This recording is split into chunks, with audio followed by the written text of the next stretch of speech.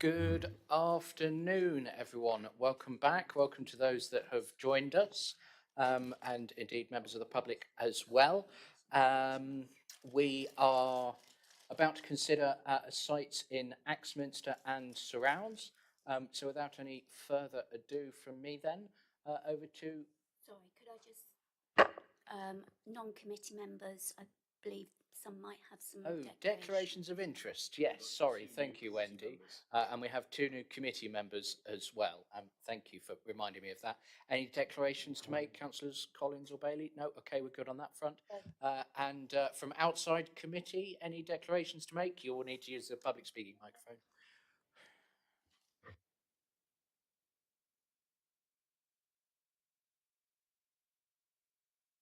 Am I on? Yeah.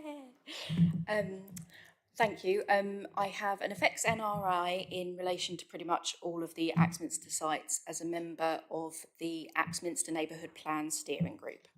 Thank you.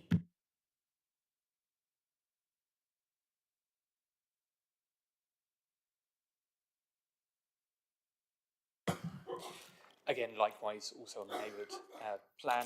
I also am a project manager for a community housing project on 11C as well. So I've declared that via email already, but I'm also verbally saying that we don't own the land or anything like that, but we have engaged in a discussion that's currently one way with the landowners of 11C.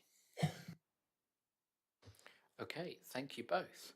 Attempt number 2 then, for me to pass off the mic to Mr. Dickens.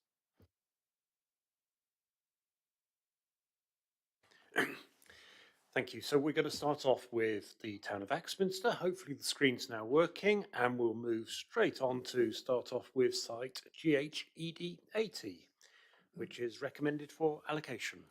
Thank you, Mr. Dickens. Just for the benefit of members of the public present, is it worth a few comments briefly on how we got to this point?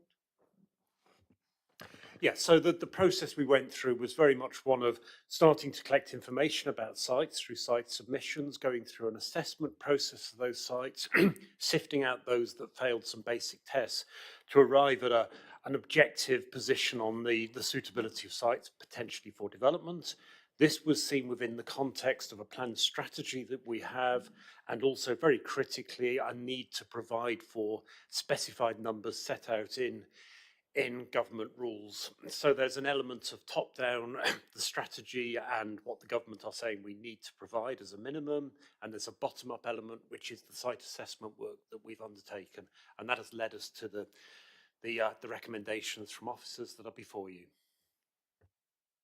Okay, thank you, Mr. Dickens. Before we dive into the site specifically then, for the benefit of members of the public and any members who've not seen one of these meetings before, once a site has been considered by committee, you will hear one of two things: either a motion to allocate, which is, as it says on the tin, or a motion that we move on, which for the purposes of today is a rejection. However, you will all no doubt be aware we have government mandated targets to meet, which if we do not meet, the plan will be dead on arrival.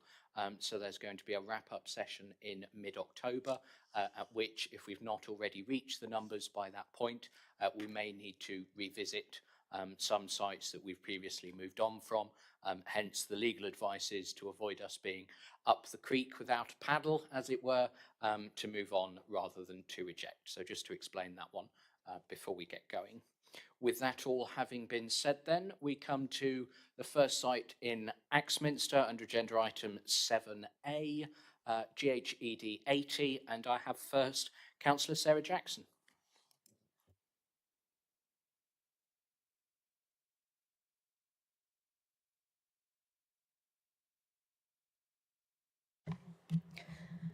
Chair, I do apologise. This might be a bit unconventional, but I wonder whether you might consider taking this particular site at the end of the agenda, given that sites 22 and 24 are fundamental to the viability of this site, and they're right near the end of the agenda.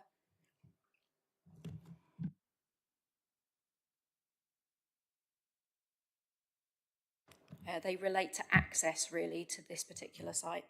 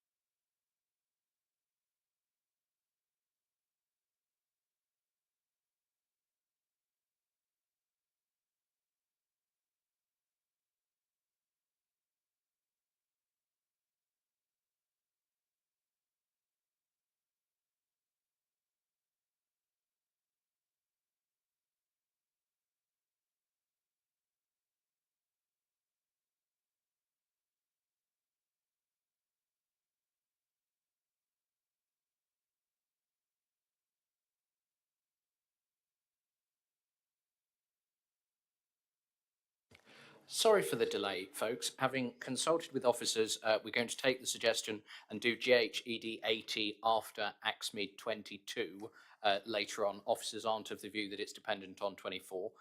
So the agenda later on will go 22, GHED 80, and then 24.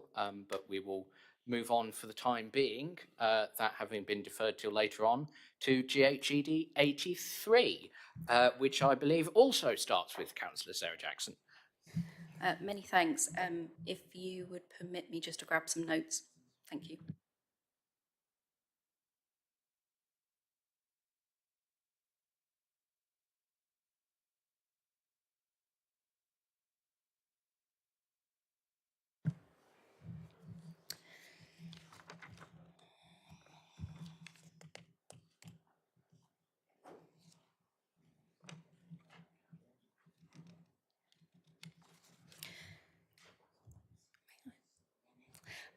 Thank you. Obviously, this particular parcel of land has been subject to a recent planning application. It would probably be remiss of me to say at this point that it wasn't really one that I supported for a variety of different reasons, not least that it's not covered by our current local plan. It falls outside of the current built-up area boundary, and there are a host of issues around flooding and biodiversity and drainage and sewage that I particularly wasn't fond of. But needless to say, that application, that outline application was approved. And I feel at this stage, if it would be a fruitless exercise trying to oppose it in inclusion in this local plan, given that should that lapse at any point, and it came back, it would probably be considered favourably, having already achieved outline planning consent. So I'm certainly not keen on this particular application, but I feel we are where we are now. Many thanks. Thank you, Councillor Jackson. Councillor Smith, anything to add? No? Okay. In which case then we come into committee. Any comments? Councillor Hayward. Thank you, Chair. I do echo what Councillor Jackson has said. I suppose I was gesticulating earlier, if I might, just 2 points of clarity. One, Mr. Dickens outlined the process of how we got to there and outlined the numbers. It was just clarity for the members of the public here that the numbers are national numbers, that there are no quotas for towns. Effectively, that's for the committee to decide. Thank you. That's just that point of clarity. There was also the issue of the site sifting. When we get through this, there were 2 sites, and I'm wondering what the mechanism is. There are 2 sites within what we're considering that I believe should not have been sifted out, particularly 2 car parks belonging to East Devon. And from the discussions we've had earlier about Honiton and about town centre brownfield usage, I believe we're missing a trick by taking those out of this stage in essentially by considering fields where we have town centre locations that are already concrete. So I'm not sure whether we can do that at the wash up. Appreciate we're not projecting, we're moving on.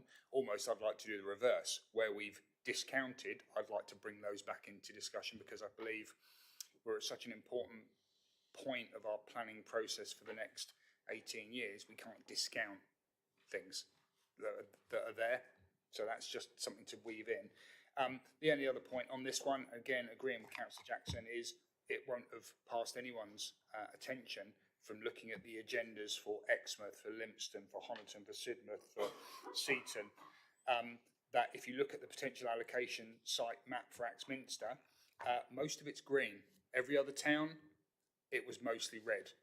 So I just really want to bring people's attention to that, and I will be, there's some points I make later on, but this is, it's an important day for Axminster, and I just want everyone, if he can, to be mindful of our job as strategic planning, but also mindful of what this means for a very small town. Thank you.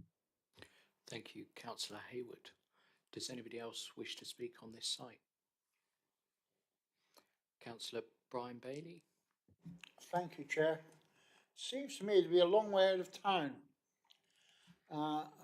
If my memory serves me right, it's a very steep hill, so as Colin Brown said earlier, I can get down these hills, I can't get up them.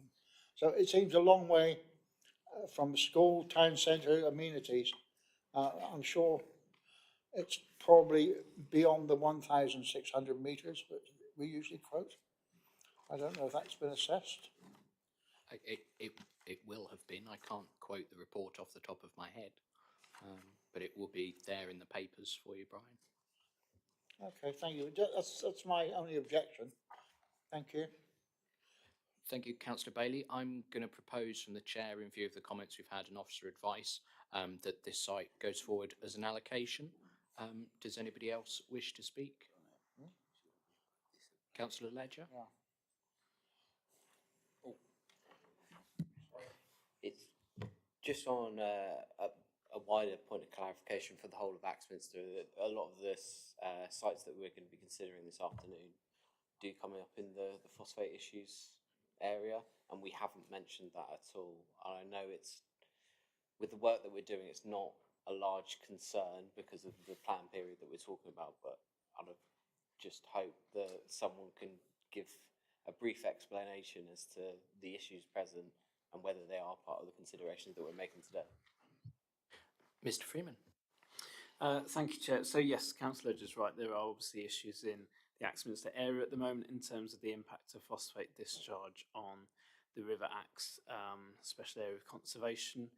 We were instructed by Natural England, I think 2 years ago now, that we could only grant consent within the catchment area of the River Axe for developments that were classed as nutrient neutral, i.e. they wouldn't detrimentally impact on phosphate discharges into the special area of conservation.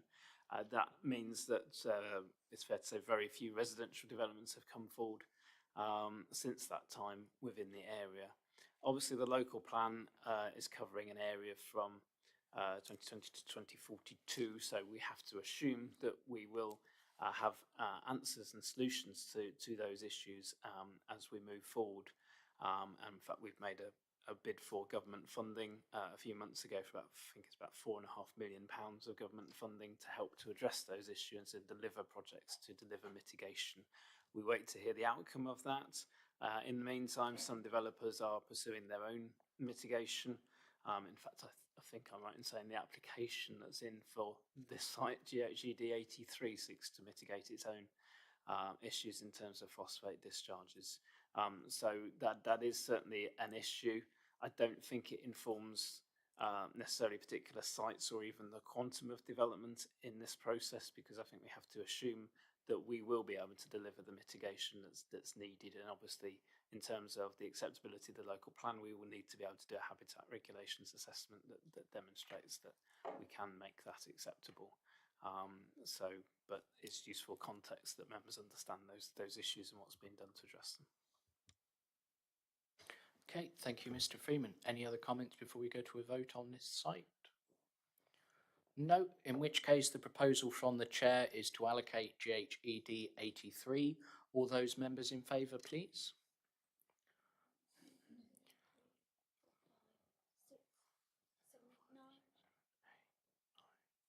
I see 11. Oh, do you?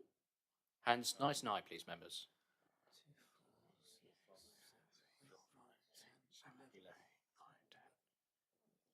11. 11 in favour. Those against? One. Abstentions? 1. Okay. That takes us to 13, which, is that right? 13? Or have I just miscalculated? It should be 1, 2, 3, 4, 5, 6. Yes, I am right. Okay, good. The maths adds up. Excellent. Yes, very good. Okay, that brings us then to Axminster 01A. Okay, very good. And I have Councillor Sarah Jackson.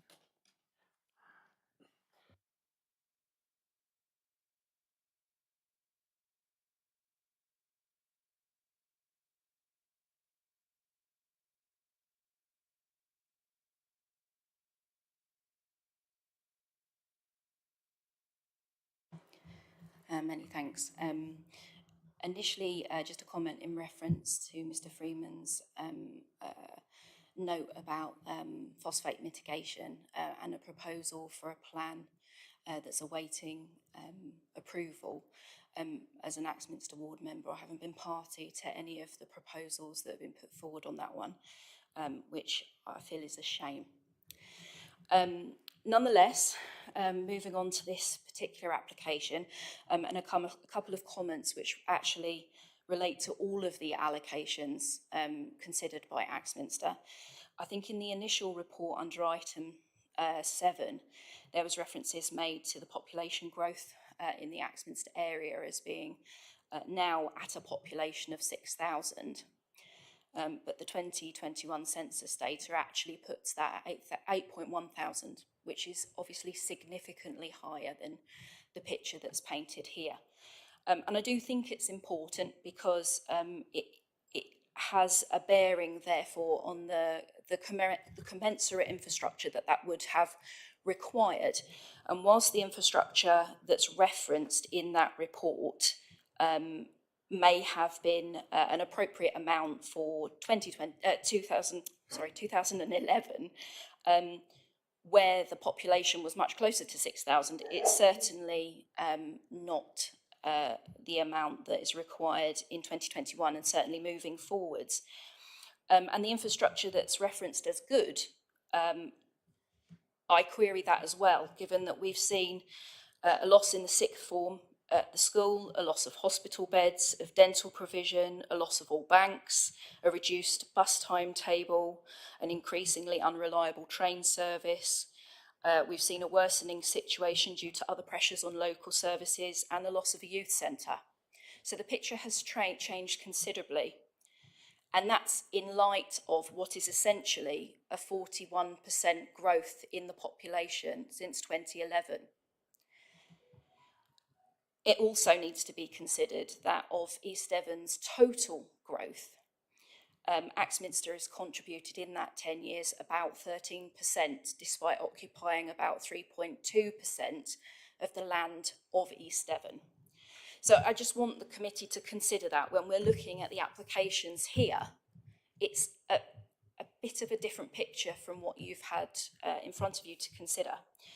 But this particular application here is proposing employment sites, and that's something that I can support. I do think that we need to take in some considerations and mitigations as suggested by the officers around the heritage and the stop line way elements, and also to consider the impact on conservation moving forward. But I think the site to the north being left as suggested, which we'll come to shortly, would provide that. Thank you. Okay, thank you. Councillor Smith, anything to add? No? Okay. In which case we come into committee then. Any comments? No? Okay, in which case I will propose the officer's recommendation for O1A, which is not, as it says on the slides, that it is not recommended for allocation. Officers are in fact recommending that O1A is allocated. So to be absolutely clear, that's an error on the slide, and the proposal from the chair is that O1A is allocated. Are we all clear on that? Okay, brilliant. Any further members wish to speak? No? Okay, in which case we come to a vote on O1A then. All those in favour of the proposal to allocate? That's unanimous. O1B then, which is not proposed for allocation. And we have, I don't have a separate entry for O1B. Councillor Jackson, Councillor Smith.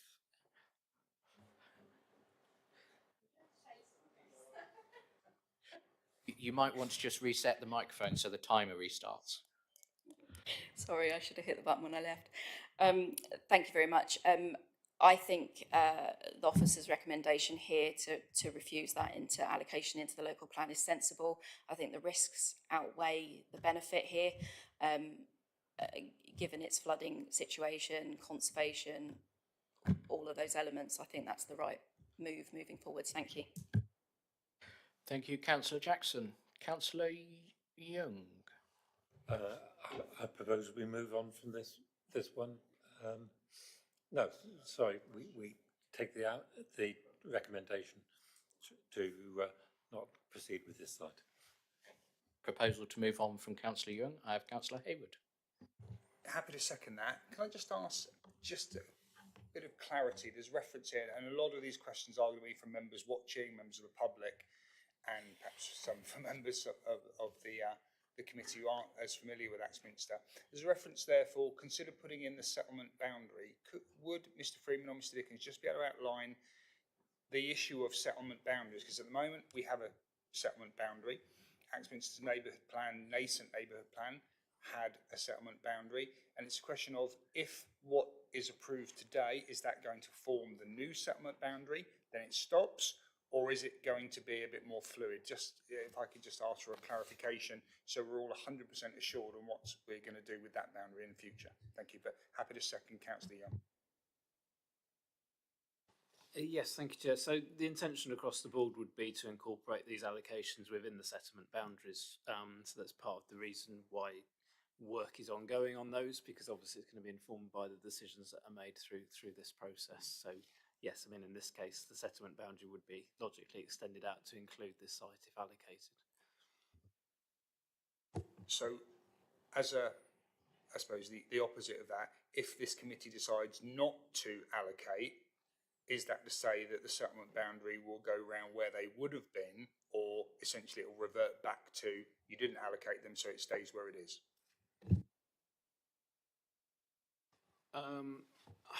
I don't know off the top of my hand where it is at the moment, but it's if the resolution is not to allocate the site, then logically we wouldn't include it within the settlement boundary. I'm assuming the existing settlement boundary takes in the adjoining residential development, but that goes no further, so it would revert back to that original line. Worth also adding that the settlement boundaries will come to SPC for us to review and approve or otherwise at a later date. Councillor Bailey. Thank you. Yes, I was going to ask you about the settlement boundaries report, because I think we were told that we would have the report in September, and I'm just wondering whether that's still going to be the case. It won't happen in September as all of those agendas are out. Obviously, everything's been pushed slightly by the need for the site selection meetings, but we are, the policy reports are coming in October, absolutely, in advance of that all-important deadline on a date that we do not yet know. But yes, it is coming. Okay, any other comments on this site? No? Okay, in which case I think we already have a resolution. We do, yes. Councillor Young, seconded by Councillor Hayward, to move on from this site. All those in favour, please. That's unanimous, which brings us then to AXME 02. And we have Ms. Susan Gallagher.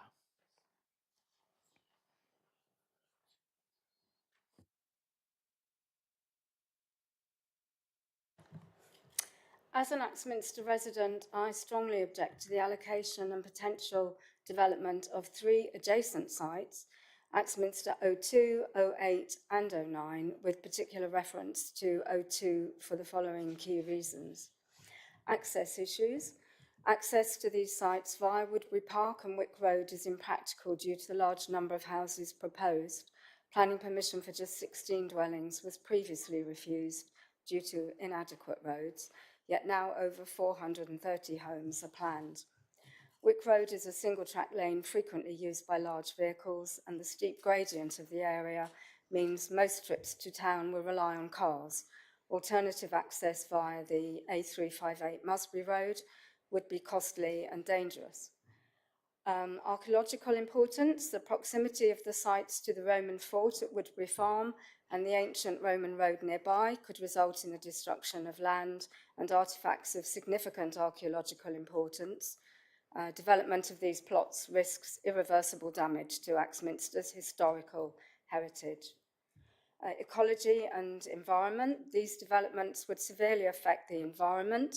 Effectively concreting over these areas will reduce the land's ability to absorb rainfall, worsening the already existing flood risks in Axminster and downstream areas like Colliford, Colliton and Seaton. Phosphate levels in the River Axe are already a problem, Building over 1,000 additional houses in Axminster could exacerbate this issue, requiring significant and costly environmental mitigation. Furthermore, main gas and electricity services run across these sites, complicating any further construction efforts. The impact on wildlife: the destruction of hedgerows, which support an extensive range of local wildlife, would have a damaging effect on the ecosystem. These fields, which lie beyond a natural boundary, are clearly visible from large swathes of the East Devon AONB. They are extremely important to Axminster's residents for recreational walking and for their mental well-being. Last, and by no means least, Axminster's infrastructure. This includes healthcare, schools, road links, which are already overstretched, and the town has been allocated a disproportionate amount of new housing. While building affordable housing is essential, it must be built in suitable locations. The potential development of these sites raises numerous environmental, historical, and infrastructural concerns that have not been adequately addressed. So thank you for giving me the opportunity to speak today. Thank you, Ms Gallagher. We come then to Mr Simon Coles.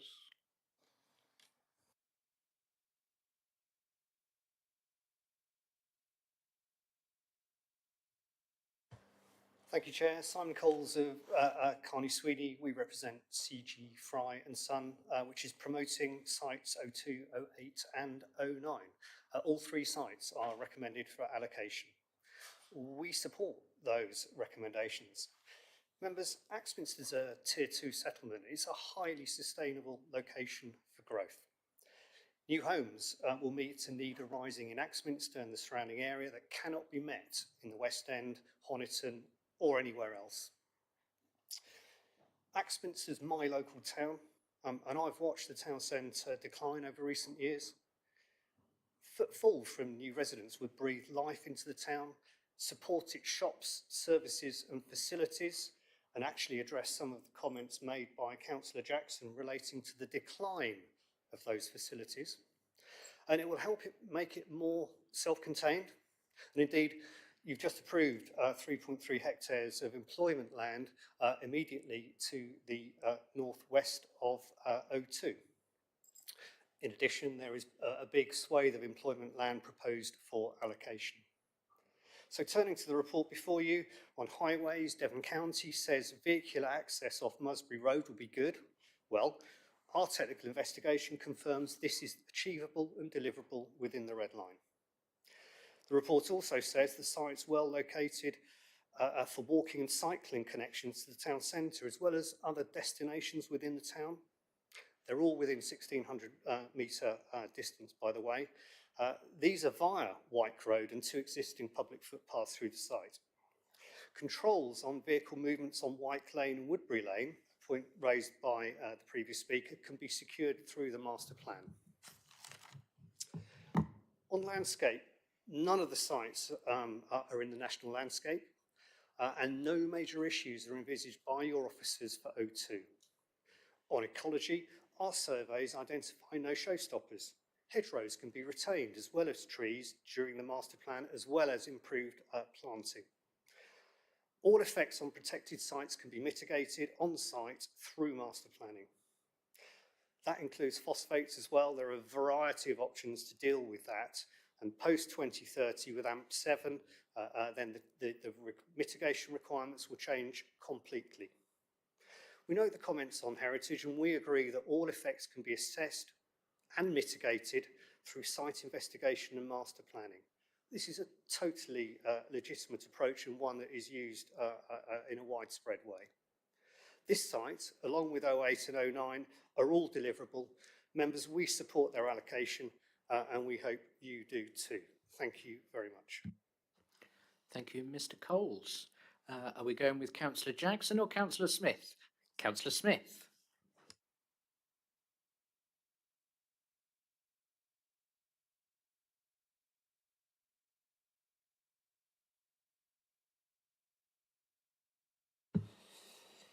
Yes, we have some serious concerns about some of these sites on this side of the town, whilst we know that they're within a 1600 metre radius of the town centre. Unfortunately, all of our schools, for example, are on the other side of the town, so any transport to any of our schools in town would require car use, which is not something we want to encourage at all. As referenced well by Susan Gallagher, a previous public speaker, there is a lot of complication on this site, not least this is an archaeological hotspot, and we think that because of that and the complications on the site, if there were going to be any developments, the density would need to be, well, it would be compromised massively to that as well. So I'll use other opportunities in the near future to discuss further sites. Thank you. Councillor Smith, coming into committee then. Councillor Ledger. Sorry, Councillor Jackson, I assumed you were taking turns.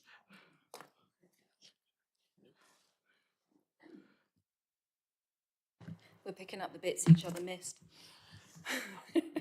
Many thanks. Most of what's been covered has been covered by the member of the public and also Councillor Smith. I think it is worth noting that there are some positives to this particular application with respect to its proximity to the A35, which does provide access for people without having to go through the town centre in order to reach the main artery road.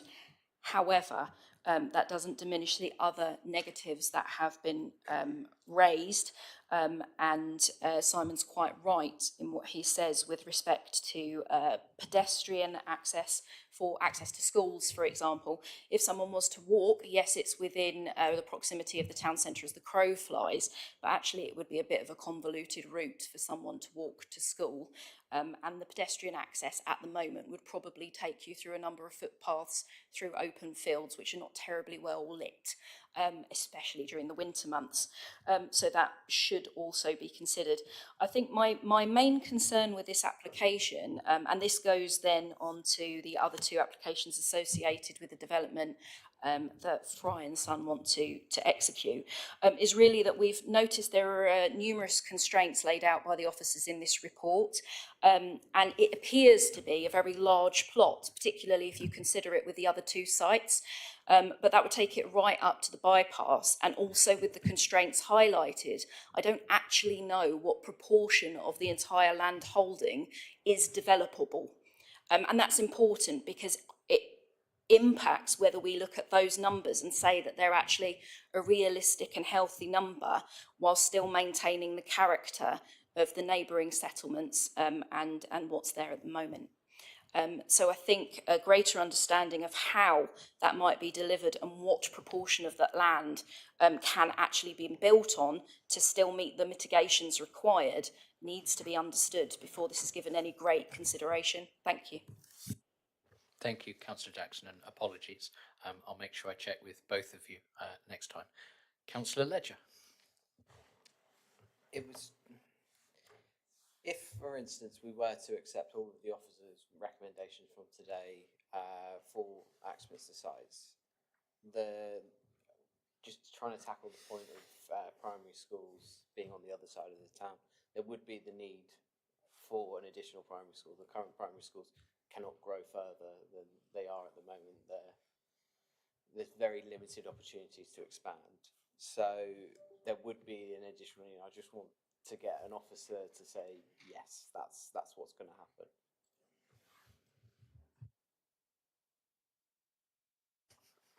Well, through Chair, I mean, I think looking at the comments from Devon County Council on infrastructure, they've said that it may be difficult to extend primary provision to accommodate housing levels beyond those set out in the current local plan. We have to bear in mind that the existing local plan, I believe, allocates the urban extension at 650 homes, which haven't been delivered. So you've got that 650. Beyond that, yes, I think you're right. We would need to have further discussions with Devon County about primary school provision and potentially the need for an additional school. Those are conversations that are ongoing in terms of all our settlements, in terms of the infrastructure needed to support growth and development. And as part of the work on the local plan, we're producing a new infrastructure delivery plan, which would set out the infrastructure that's needed and the cost involved and how that could be achieved. So that's ongoing work alongside the plan itself. Councillor Hayward. Thank you, Chair. So a couple of points just from speakers, both from ward members and members of the public. So I suppose the first one is to come back to the point Mr. Freeman just made. So 2019, we had 650 houses proposed in a master plan. But with that, Axminster was getting a relief road, north-south relief road, a new school, nursery provision, green space, a little community hub for 650. So that was the quid pro quo. So now you're looking at a more segmented 1,100, 1,000, and there's nothing on the table. There's no balance to that at all in terms of infrastructure. I'm delighted Councillor Ledger raised that because it's important, and it comes back to the point that Councillor Jackson raised about infrastructure degradation over time. One of the speakers mentioned that, like Field of Dreams, build them and your high street will be regenerated. People will come, will flock to your high street. Well, since 2005, Axminster's delivered, we've done our share. We've delivered 1,200 extra houses. And yet, when I walk through our high street and talk to retailers, they say it's only tourists that keep us in business. We're not getting local shopping. Because what we have done is a bit like Honiton, Sausage Town has gone north, east, west. Axminster's going north, south, because that's the geography of our town. But you are essentially sending people to the far periphery to the north, and in this proposal to the far periphery to the south, away from that town centre. So when they want to recreate, shop, eat, they just hop on in a car and they jump on a road. They jump on the A35, they get onto the A358, they jump on a train, or they get to the airport and jet off somewhere nice and warm. But they're not coming into the town centre. So this myth that just by having more population, you will reverse stagnation doesn't wash. I've seen it. We've seen it in the town. It doesn't wash. We've lost infrastructure. We've gained people. We've gained houses. We've gained demand, but we've lost the actual infrastructure. And within all of this, I don't see how you are going to reverse that. It's nice to hope that it will come, but there's nothing in here that makes me think it will come. So that's that point. You know, I can look at these land. When you look at the map of Axminster, you can see why developers are interested. These great swathes of agricultural land not built on. And you can see developers thinking, well, why? Why are you not building on this land? Councillor Jackson raised a valid point about the A35 and the bypass, about what section of when we get to those applications is actual developable land, because that matters in terms of density. Axminster's density up to 2005 was about 19 houses per hectare, units per hectare. If you were lucky enough to live in Raymond's Hill, it was 4, blissful. Since then, we've routinely put in 30, 35, 40 units per hectare. We're cramming them in. And whilst I can accept that, and I'll come on to those when we talk about the town centre sites, where you can go up on a standard footprint because people are already in the town centre, in the periphery, in the fields, that's, for me, is inappropriate. It should be going down as you move out of the town, as you become into more rural areas, not increasing. So if you look at these sites and you think, okay, well, half of it can't be built on because you're going to have road noise and there's streams running through it, so there's flood zone issues, then actually your 18 hectares becomes 9. And I appreciate our methodology for counting dwellings, you know, is a standard methodology. But it's just this density matters to people, because if it's not attractive, you're simply just herding people into a small space. So, but I revert back to what we talked about, and this was pertinent to the Dunkerswell application. These are unpalatable decisions we're making. If we do not make them, someone else will make them for us, and I'm very mindful of that. And whilst it might not be popular or find favour, it's what we've got as committee have to deal with. This site, you could manage the pedestrian access. There are punch-through points subject to negotiation. You could cross the road. That in itself is a slight risk, but you could cross the road, and then you're in Abbey Close. And then there's a perfect footpath, pedestrian access, but you have to weave through someone else's housing estate to get to another safe point. You have to weave through Woodbury Park to get to another safe point. There's no direct access, and it's not really conceivable to create one on the A358. So the points raised from objectors and from the speakers are valid. Yeah, you know, these are, I don't really, you know, I don't like making these decisions here, but we have to. So on balance, given that it's nearer the town than anything else, I reluctantly would propose support for O2 and just hope that the conditions that will be attached to it as come forward from Devon County and others come good and make it safe and make it secure and make it usable space. But that's all I've really got to say on O2, Chair. Thank you. Thank you, Councillor Hayward, most sincerely. Do we have a seconder for that proposal? Councillor Howe. Okay, thank you. Do you wish to speak? No. No? Okay. In which case I come then to, actually I'm going to come to Mr. Freeman first. Obviously this is part of a group of sites on the south side of the town. We've heard they're all controlled by a single developer. I'm assuming in terms of any infrastructure provision, master planning, we'd expect that all three would be looked at together as part of a complete picture. Yes, I mean, obviously today we're looking at specific sites in the parcels that they've been put forward and considered through this process. But yes, I think if members are minded to allocate this group of sites to the southern area of the town, then in policy wording we'd be looking to secure a master plan of that entire area that then helps us to then lock down how that's delivered, how that's phased, how infrastructure is provided, footpaths and link routes provided as part of that process, so that there's a coordinated approach to its delivery. Thank you, Mr. Freeman. Councillor Hayward, did you have a question quickly? It's very brief. So, I mean, mindful of that, that we and master planning obviously helps that holistic view of development and providing infrastructure by using economies of scale and size. If the developer chose to bring them through piecemeal, so 100, 68, 270, is there anything we can do to stop them?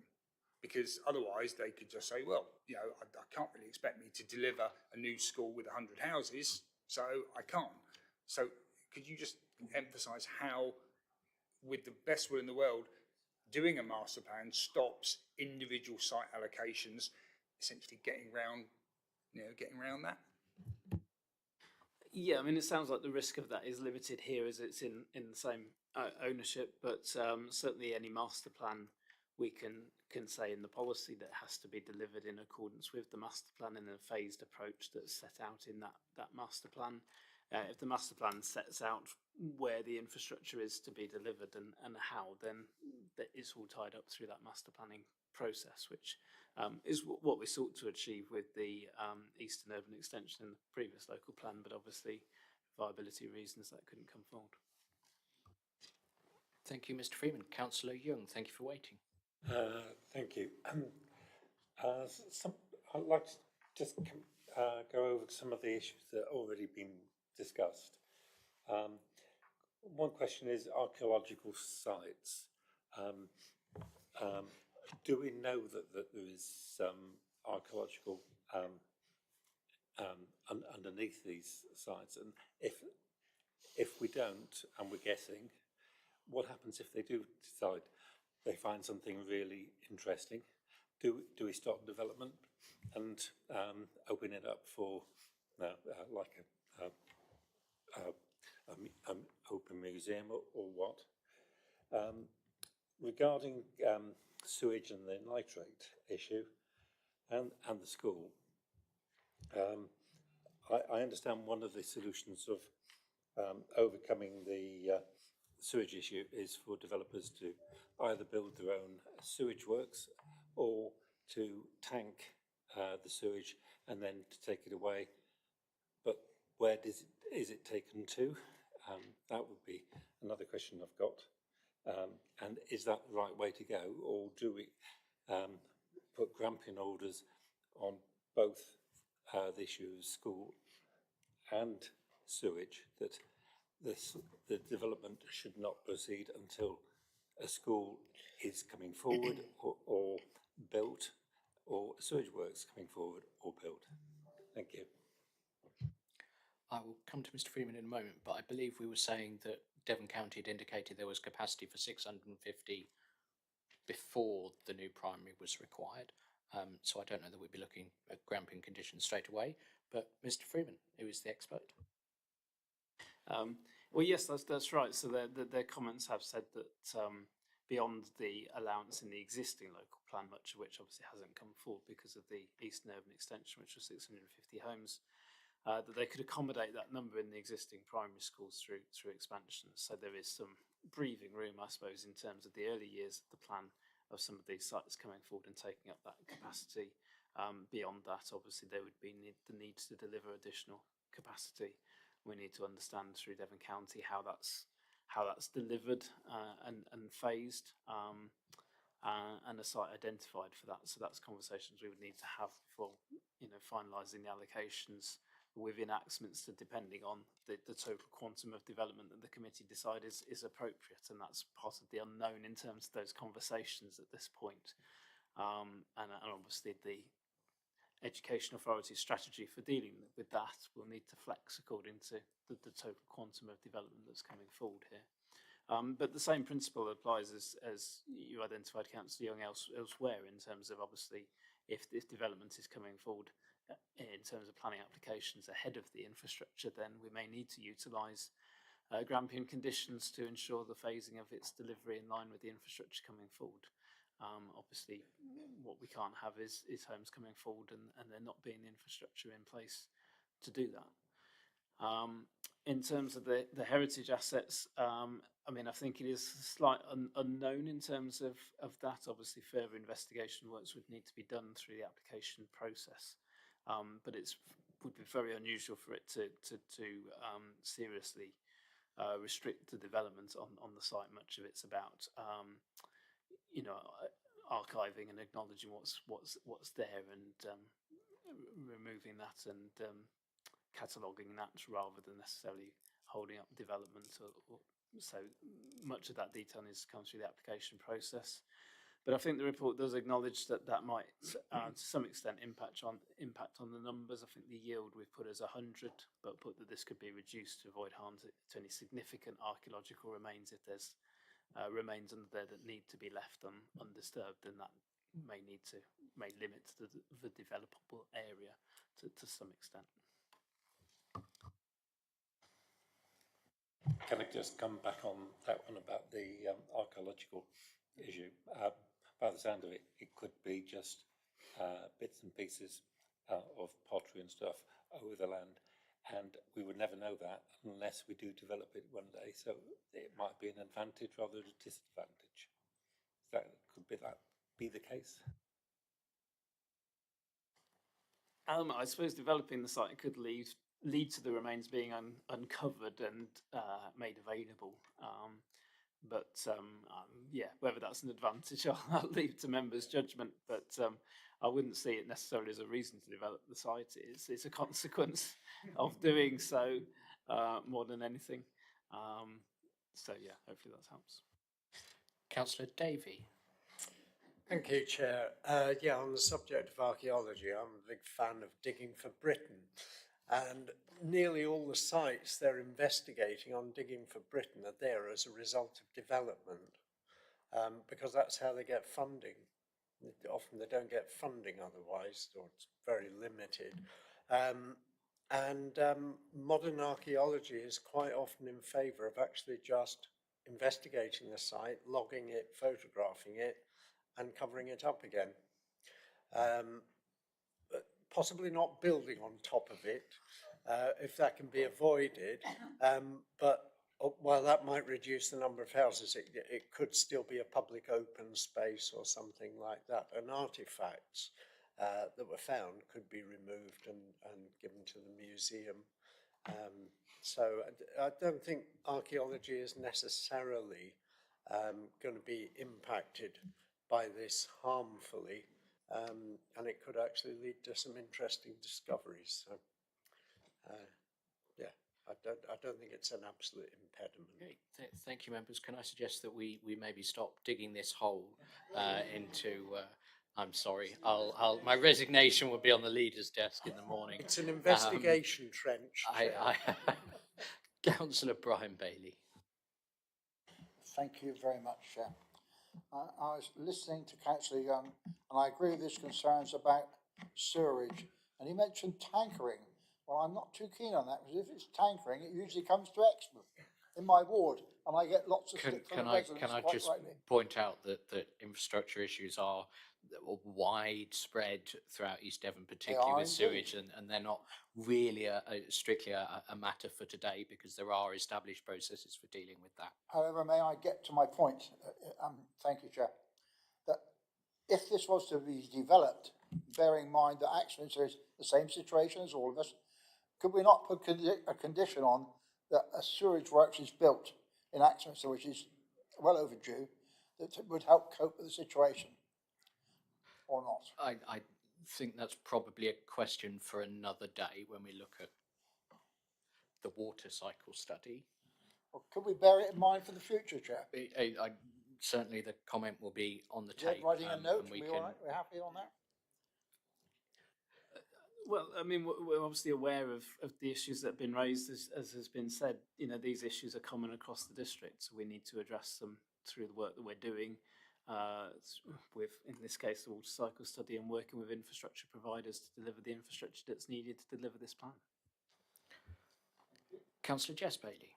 Thank you. Can Ed or one of the planning team or the ward members clarify about the ecology and a number of the sites? It says that it has the potential to cause significant major adverse impacts on a nationally recognised site of conservation importance. I'm not quite clear how that's being mitigated. Is that to do with the nutrients or what? So could somebody just clarify, please? Yes, so it's primarily in relation to the nutrient issues that I mentioned earlier in response to Councillor Ledger's question.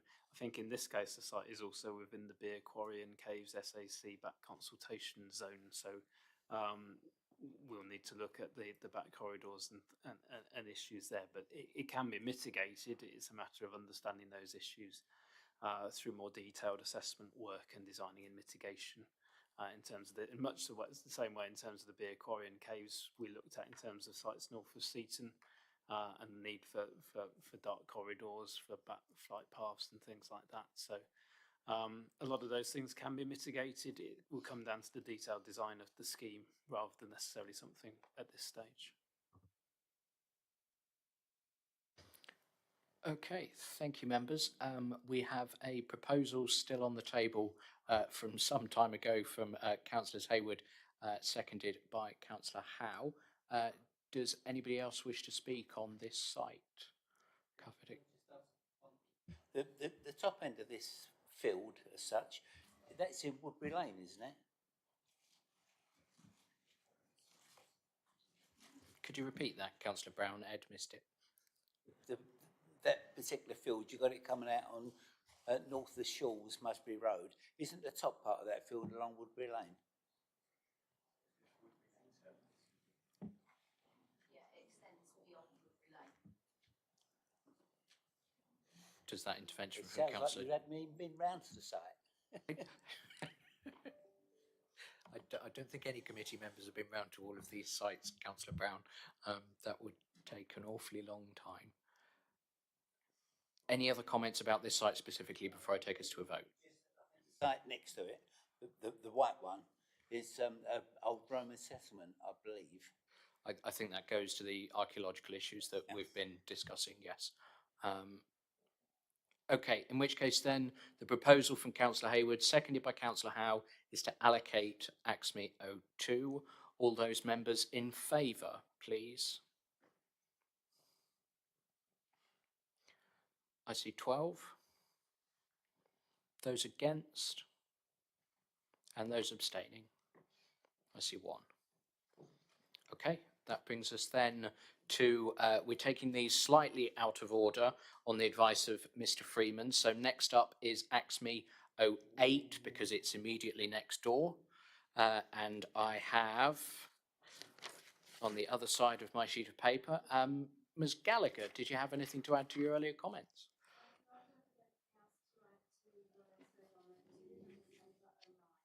Okay, thank you very much. So, members, if you could just bear in mind Ms. Gallagher's comments from earlier on today. We then have Mr. Coles. Anything to add?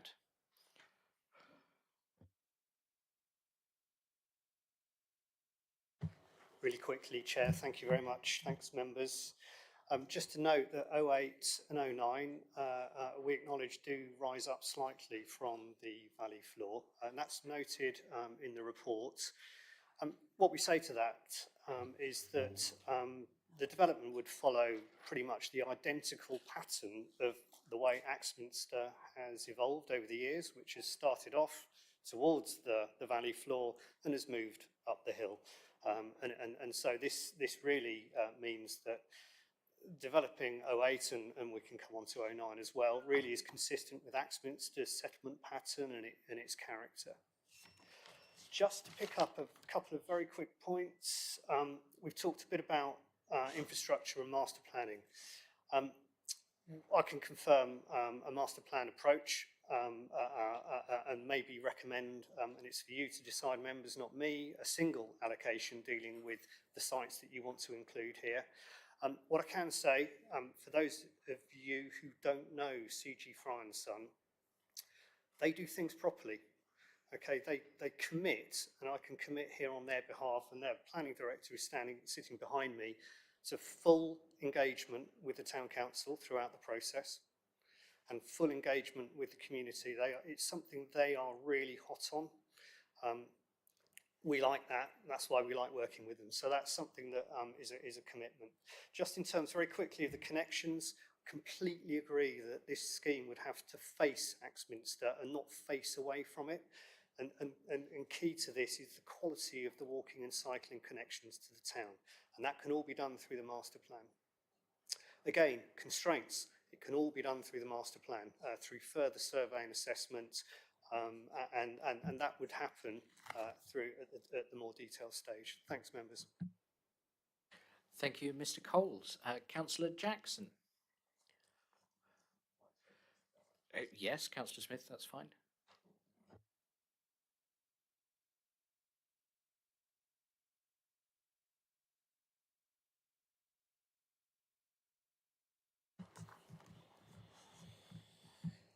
There's two main issues that bother me about this particularly.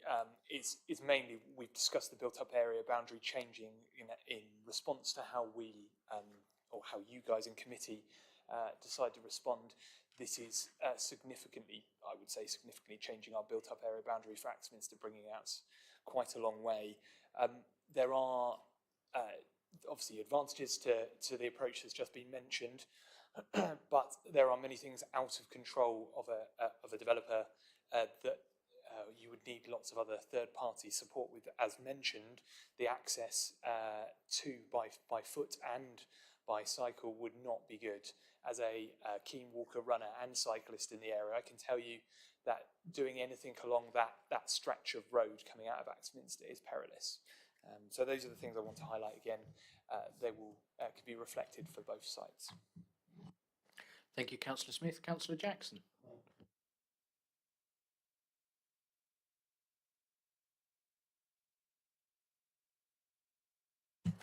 Thank you, Chair. I agree with what Simon has said in terms of other parties requiring input here. I think we need to be really mindful about Woodbury Lane. It wouldn't be suitable as an access by a car user to a site of such a significant size. And so better access off of Musbury Road would be, it must be delivered in that respect if you are going to develop to this scale. Again, I stress, again, we still are looking at numbers here where we don't actually know how much of that can be developed. We've got lots of constraints here. We've got the, and on the next item as well, again, reference to the A35, and residential close to that, we need to be really mindful about pollution and noise. So that's going to have an impact on how much of these sites we can, in good conscience, suggest are developed. And so the numbers of the collectively of all three sites stack up quite high. And I do think the committee here need to be really mindful of that impact. Thank you. Thank you, Councillor Jackson. I have then... I've lost my place on the page. AXME 08, there we are. I have then committee. Councillor Hayward. Thank you, Chair. Yeah, I mean, this is a valid point. So, you know, I proposed the last one, that's gone through. Personally, for me, that is enough for the time being for this part of town. 8 and 9 for me are unnecessary. Certainly the access from Wick Road isn't possible, so therefore you've got to come in a different way. Councillor Jackson mentioned Woodbury Road, currently serving 2 estates, Woodbury Park and what we call Brunenberg, and a little cul-de-sac of Athelston, about 200 dwellings. And the road back to the 358 essentially goes past the Town Council's allotment site, a very narrow road of which Devon County have decided that they don't want to put double yellow lines down, so it's used as a parking bay for the houses opposite. So essentially it's a single track road. So that Wick Road continues as a single road all the way up where it becomes Woodbury Road, Woodbury Park Road, until it joins the Musbury Road. Completely unsuitable for another, what could be 400 dwellings, possibly 800 cars, delivery vehicles, emergency vehicles, service vehicles, visitors. It's just overwhelming at this time. So we come back to this, the gentleman mentioned organic growth. Fine, let's have some organic growth. We just agreed to potentially 100 there. That's an organic growth. That is still a significant hike on Axminster's numbers. I come back to this point. Axminster's played its part. It's added 40% in 2 decades. What's being proposed now is another 30% in the round across the whole town. That's too much. It's too much, in my personal opinion. So on this, I'll listen to what others have to say. At the moment, I'm not minded to support 8, and I'll get to 9 when we discuss it. But yeah, the challenges for this site are a bit more meaty than the other one. So I'll leave it there, Chair. Thank you, Councillor Hayward. Any other members? Councillor Howe? Yeah, and fully understanding what Councillor Hayward's said, but, and this is where the big but comes, we are strategic planning. We have to look at the numbers, and that's what we're doing as part of our local plan, but also looking strategically after what was just said about access. If we lump these sites together, lump's the wrong word, but nevertheless, if we combine these sites instead of doing them individually and get them master planned, all the access could be done through the A358. You know, but you only get that chance to do it once, and that's when the first site, the one that will have the access, does it, if you get my meaning. Otherwise, you're making it a lot harder if it's not planned from day one. Personally, as much as I would rather say we didn't need this site, I am here thinking this site would be better if it was merged with the other site and we made a critical mass and made the access and everything else arrangements correctly. So I will make the recommendation that we approve this site, but any of these sites we approve after the first one, which we've already done, needs to be merged together and taken as one allocation in a master planning exercise and can't go forward as individual sites. So I'm happy to move that. Thank you. Thank you, Councillor Howe. Anybody wish to second that? Councillor Young, I did see your hand first. Do you wish to speak? Thank you. Yes, I understand now all 3 sites really need to come forward at the same time. Not developed all at the same time, obviously, but if we're going to get the infrastructure that we need at the right time, in the right place, we have to approve all three. Therefore, that's the reason why I'll be supporting Councillor Howe. Thank you. Councillor Young, do any other members of committee wish to speak?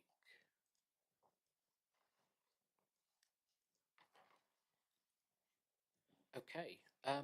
I have a question, if I may, for Councillor Hayward.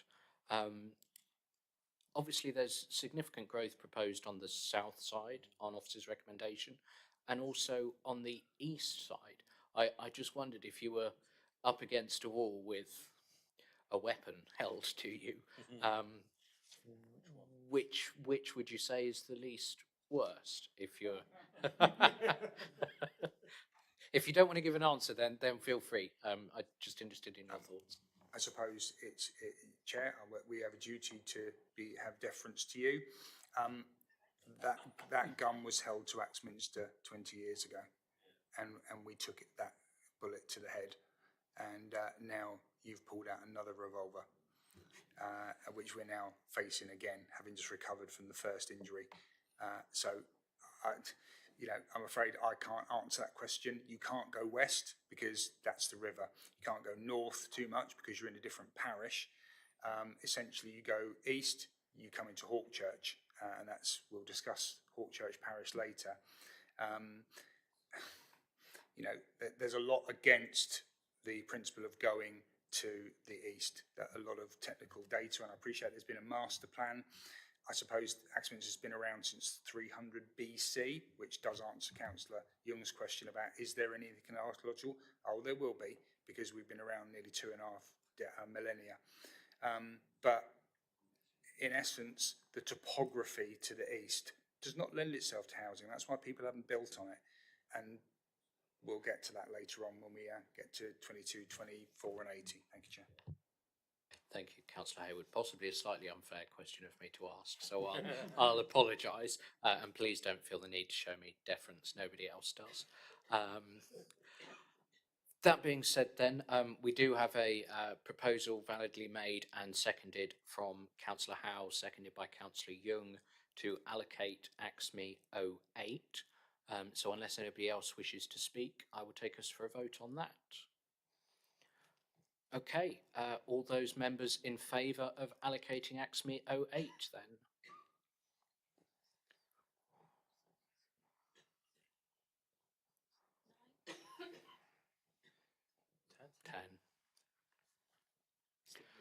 Didn't really want to vote that way, but there we go. Those against, please. 1, and those abstaining, 1.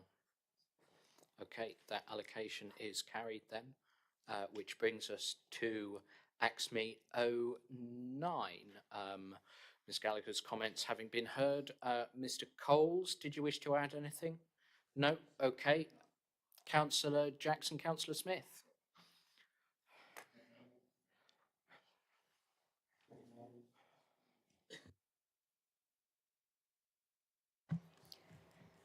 I'm going to stress very similar things to the last time, so I'm not going to repeat that bit. However, this is the one which banks onto the A35. You really do need to give that close consideration. The topography of the land means that that is going to be very audible. For context, I live in the swathe. See, you've got like a swathe of green space that goes beyond where the allotment site is. I don't know whether the officers can point where the allotment site is on there. And then you've got like a wedge of green land that meets up with the red allocation on there. You've got it's Duke's Way, Swain Close area. I live there. I can hear that road. It's quite a lot further away. I also really, really do want to stress at that point, when you were considering allocation 83 earlier, Councillor Bailey pointed out it's quite a long way away from town. This is even further. Many thanks. Thank you, Councillor Jackson. Councillor Smith. Nothing to add? Okay, thank you. Which brings us then into committee.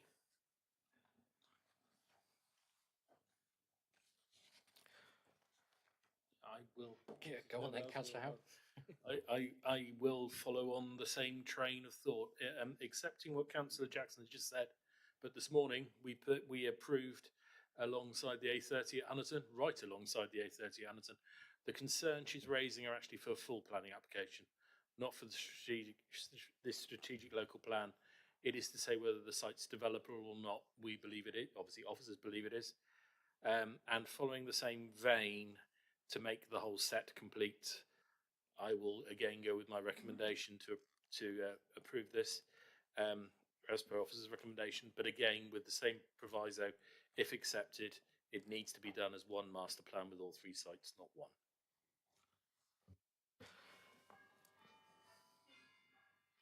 Councillor Young. We appear to be in Westminster. The bells. Yeah, I fully support the recommendation from Councillor Howe. If you go for 02 and 08, you have to go for 09 as well in one major hit.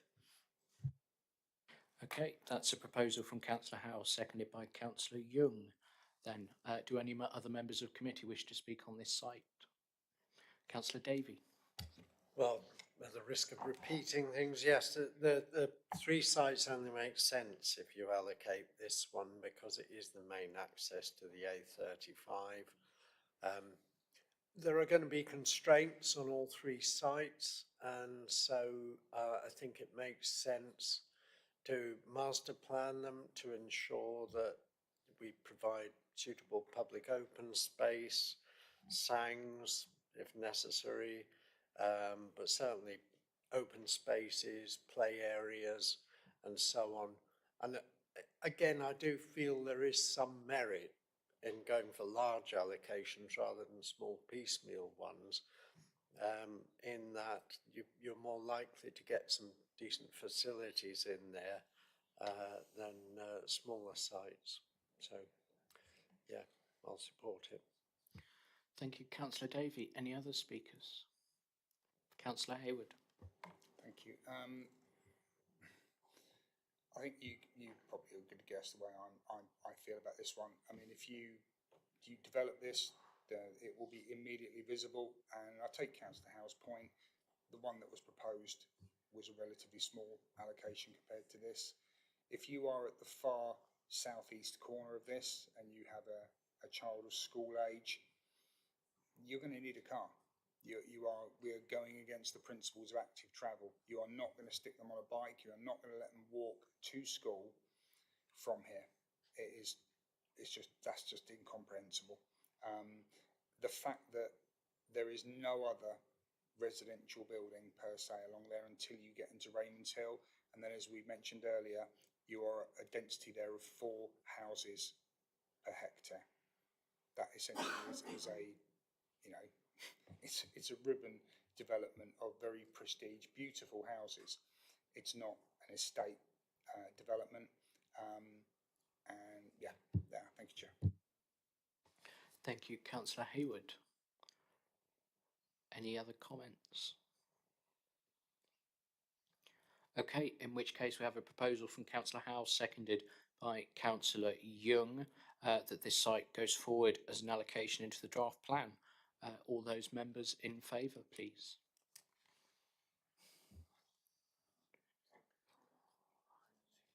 I count 8. Okay, those against, please. 3, and those abstaining, 1. Okay, that allocation is carried then, which brings us to Axminster 07, and I believe Councillor Ledger has a declaration to make. Yes, Chair. So apologies I didn't make it earlier. My father's business rents land off the landowner of this site, and the business is situated directly next to this site. So I'll leave the room. You satisfied with that, Mr. Hunter? Yeah. So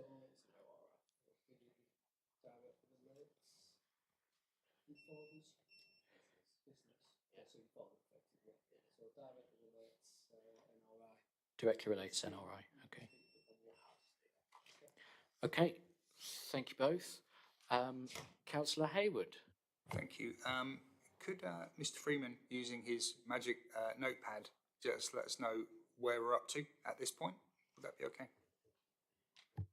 As in, how many houses we've have now we allocated? at this point of the process for Axminster? Thank you. I think my magic spreadsheet might be more useful for that.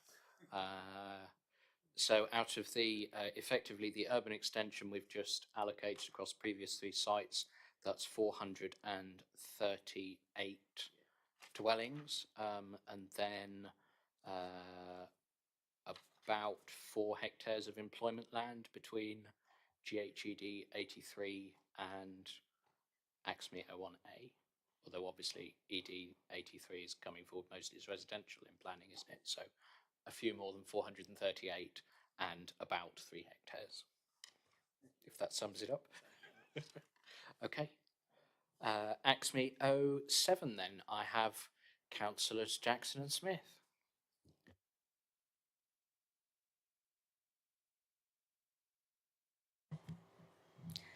Hello again.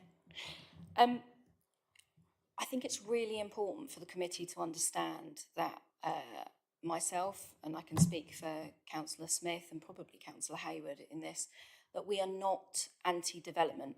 We're actually pro-appropriate and organic growth. We're not against the development of brownfield sites or town centre density. This is one of those sites where actually the principle I can get behind. The current site has been probably not put to best use in respect of the carpet site that occupies it at the moment isn't in full use. Part of that property hasn't been operating at full capacity for quite a long time. And providing that the housing can be delivered on the part of the site that doesn't flood, and that the employment area is something that's not going to pollute the River Axe, we can get behind development for both residential and for commercial here. And particularly, I think it can accommodate density. And I concur with Councillor Hayward's point around the sites that were taken out in sifting. I think there is more scope for some schemes to come forward that, again, could accommodate more housing and also the provision of amenity. And I think there is also some others within East Devon's control that might also be considered, similar sites to site 18 that you're going to look at later on, which is a garage site. There are other sites like that. So the principle of this one, we can get behind. Thank you. Thank you, Councillor Jackson. Councillor Smith? Okay, nothing to add, thank you. Which brings us into committee members. I think we can all probably get behind the idea of some nice high density residential development here. I see nobody wishing to speak, so I'll move from the chair to allocate this site in line with officer's recommendation. All those members in favour, please. That's unanimous. Okay, which brings us then to, can somebody get Councillor Ledger, please?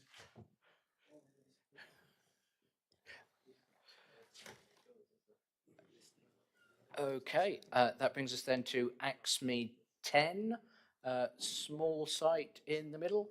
And I'm on the next page of my sheet, and we have Councillor Jackson.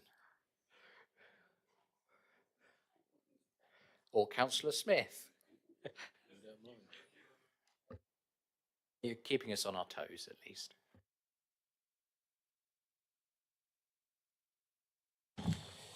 Yes, this is another site that is close to town, has the hospital site near it, and would be a good to think about. We support development on this site. We think housing could be utilised in this location. It's downhill from an easy journey into town, so yeah, there are plenty of reasons to support development in this location. Thank you, Councillor Smith. Which brings us into committee then, members. Councillor Hayward. Thank you, Chair. I'm in support of this. I mean, it's currently, it became a building that fell out of use for a variety of reasons. It's now had a bit of a resurgence, a rebirth, and it's a great little community hub. But the owner of it has said to the occupants of that community hub that it's a short to medium term thing. So it's great while it lasts, but it was always sort of earmarked for some residential development. It is next to Axminster Hospital, no longer an inpatient hospital, owned by NHS Property Services. There are TPOs, it's alluded to in the report. There's TPOs on a significant number of trees to the east, where it sort of comes into a triangle in the southeastern corner. For me personally, this is a missed opportunity, and given that our housing targets are coming down from central office, from government, and that effectively the Secretary of State for Health owns NHS Property Services. I believe he or she, I can't remember who it is now, is the sole shareholder or director or whatever. I think there's far more opportunity on this. This is one of the sites actually where I go against the grain and say you could get more than 5 dwellings on this. What Axminster has a need for is the smaller dwellings that Councillor Ledger referred to earlier. You could build on this site a sheltered accommodation block by using some of this fairly underutilised parking. Yes, it is used from time to time, but as Councillor Jackson says, you can create amenity, retain parking amenity, and still build residential dwelling amenity by being creative. So this site is on level ground. It's walking distance into the town centre. It's on a bus route. It's next to a hospital. It is crying out for a more creative use than just 5 standard dwellings, because if you were to put, let's say, 20, 30 dwellings there, single occupancy, 1 bedroom, maybe on the higher up 2 bedroom, you could free up a whole swathe of other properties in the town that helps restart, keeps that housing market moving. So I think with some creativity, and if we, as this authority, can go to the Secretary of State, I don't know how we do it, and say, you own NHS Property Services, tell them to give up a bit of the car park and make this site worthwhile to build on, and not waste an opportunity, make the most of it, and actually help towards our housing numbers as a consequence. So I do support this. I know the people who are occupying it now, and they'll be quite sad when it goes. But it was a bit of a derelict blight on the landscape for quite a while. So I will be supporting, Chair. Thank you, Councillor Hayward. I've just conversed with Mr. Freeman. Officers will have another look at sites like this one in terms of the numbers between now and the wrap-up session, because we might gain a couple of % in that. Obviously, it's not like we're going to get 100 houses on this site, but no, I think we all completely agree with what you've just said. 19, specifically the 2 that were mentioned, which are the notes, Poplar car park and Hillfield car park, which again were taken out in The sifted out sites, yeah. But could potentially have some. Yeah, no, we'll officers will take another look at those as well. But I mean, specifically in terms of density for sites like these, no, we will have a look at those numbers so that we're not unnecessarily making our task harder than it needs to be. Have we had a recommendation on this site? My mind has gone blank. Councillor Hayward. Okay. Councillor Ledger seconding that? Okay. Does anybody else wish to speak? Okay, we'll go to a vote then. The proposal by Councillor Hayward to allocate, seconded by Councillor Ledger. We're on AXME 10. Okay, all those members in favour, please. That is unanimous. Okay. In which case then it is 15:50 now. We've been going for about an hour and a half, so we'll take a 10-minute break until 4 o'clock, members.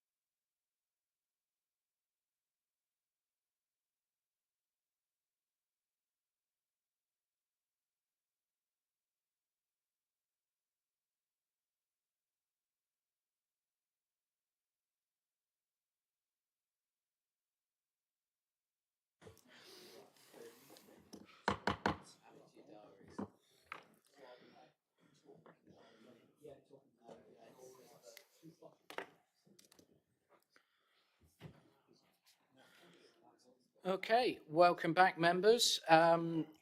Next up, we have 11C and 11D.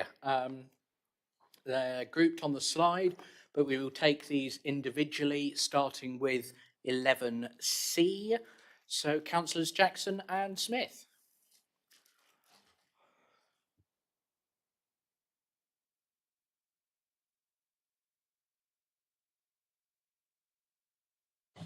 As with my declaration, I will talk, but then I will leave so that I'm not too intimidating. Yes, the site is... Sorry, Councillor Smith, as when you got details, I know you've spoken to me about it. Yes, and I also sent it in when the email originally came out about declaring as well, so I think I've probably covered all of my bases, hopefully, but... ORI, yeah.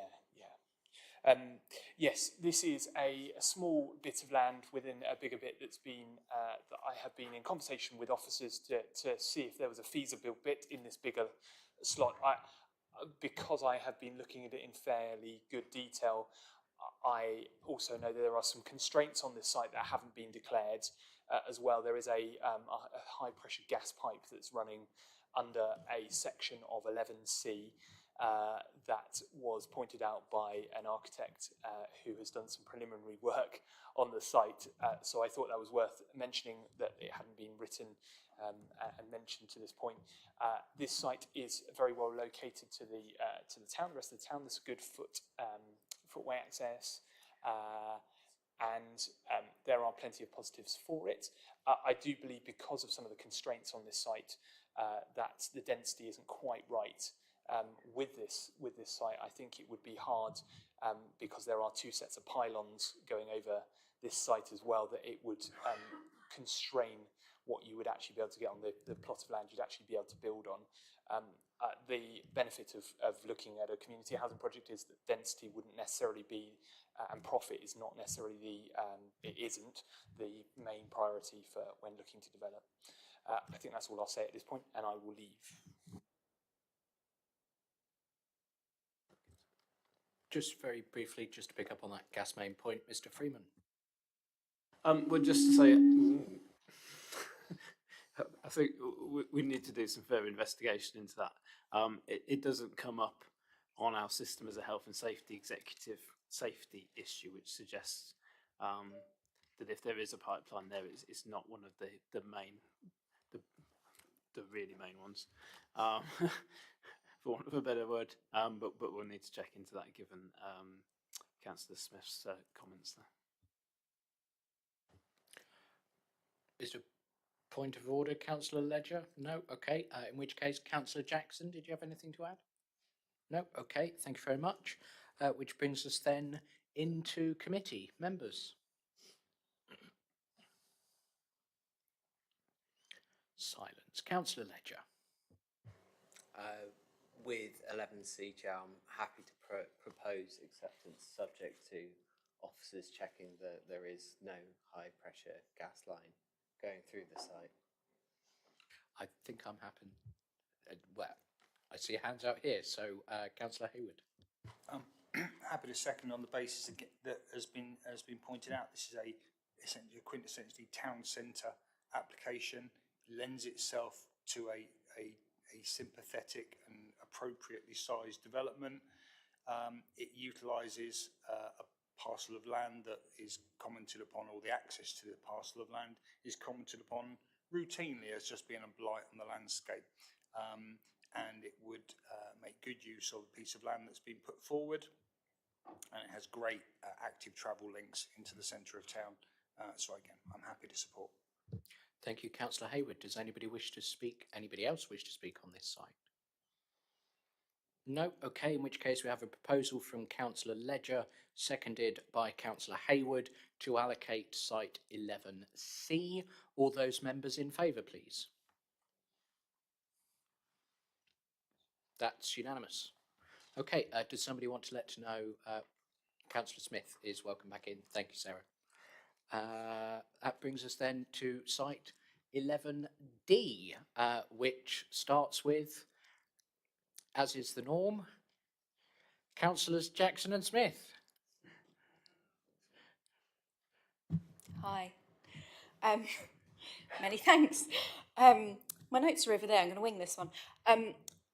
I stand by the officer's recommendation. I don't think this is an appropriate swathe of land. It's not ideal for a whole host of different reasons, some of which have been laid out here. I could build on that, but I hope that the members of the committee will take it on face value. Thank you.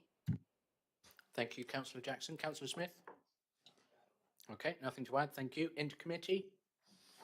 Councillor Ledger? I take great pleasure in rejecting a site for Axminster. Okay. We're moving on at this time. Great pleasure in seconding that. Thank you. Okay, thank you both. And I will take great pleasure in taking us to a vote on the proposal by Councillor Ledger, seconded by Councillor Hayward, to move on from site 11D. All those in favour? That is unanimous. Which brings us then to site 12. Chair, can I make a declaration about Site 12, please? Absolutely. I believe Site 12 may be owned by Devon County Council, and therefore, as a Devon County councillor, I'll declare an ORI and will leave the room. Thank you, Councillor Bailey. I have, for site Axminster 12, Councillors Jackson and Smith.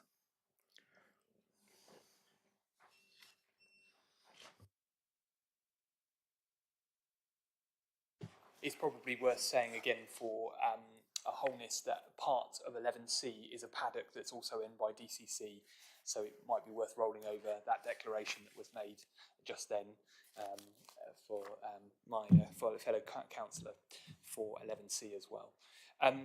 For this site, this seems like a very fairly feasible site for development, barring the look and proper feasibility studies into the junction and entrance onto a very busy section of the road. There is a Catholic primary school to the right of this site. There is Axminster Primary School, which is a couple of 100 metres up north of this, and then you've got the secondary school, which is a couple of 100 metres. So it's a cluster of 3 schools, and this site gets very busy.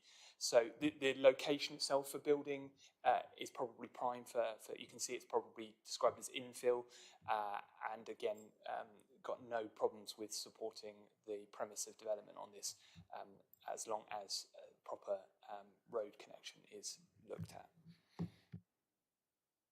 Thank you, Councillor Smith. Councillor Jackson.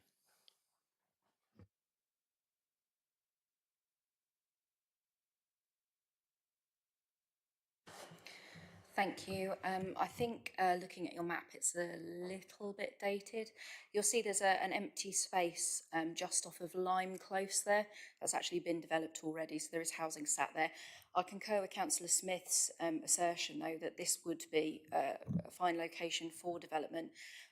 But I do hope that when this does come forward, some consideration might be taken into how to better lay out the access from the main Lime Road there. Mindful there's an awful lot of junctions there, so the children traversing up and down need to traverse a lot of junctions, and I wonder whether fewer junctions but better laid out might be the way forward. Thank you. Thank you, Councillor Jackson. I'm sure officers can take a note of that one. Into committee then, members. Councillor Hayward. Thank you, Chair.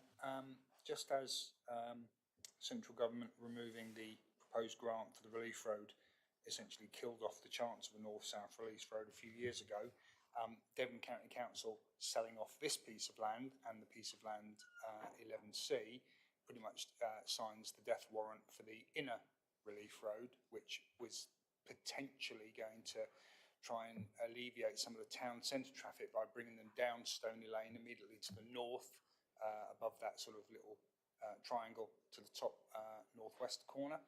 And then it would have traversed all the way down through the route of 11C, 11B, 11D. But it's a moot point now because they're going to sell this and potentially build houses on it. So echoing the ward members, I do get quite a few complaints about access and overgrown hedges. So actually, if this were developed, the hedges at the entrance would disappear, and I hope Devon would be very, very strenuous in their demands for a wide display. Probably help people at Field End as well, because they struggle sometimes to get out, on a busy morning. But with good access, good pavements, I think that's a constructive use of a essentially underutilised site.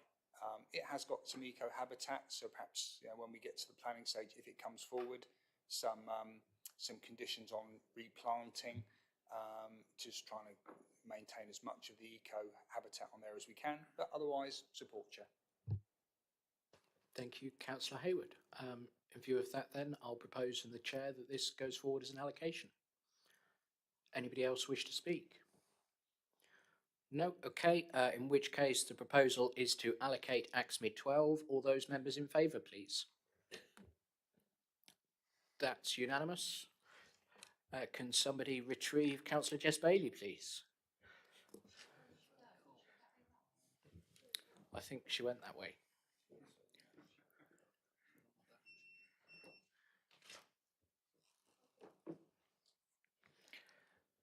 Okay, AXME 16 then.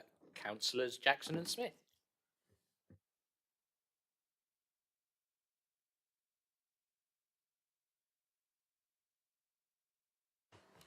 I think the officer's position on this one is the right one. I think it would be a crying shame to lose this as a town centre shopping facility. Appreciate that the current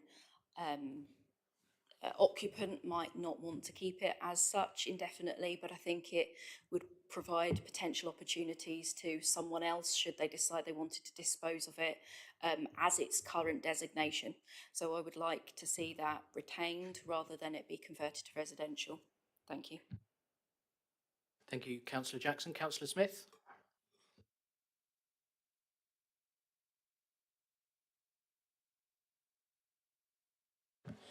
The only thing I would like to add at this point really is that this is, it kind of borders one of the potential sites that we were talking about in terms of East Devon Garage sites. So when you are reviewing what might not have made it through the sifting site, the garages that border this site would be worth looking into.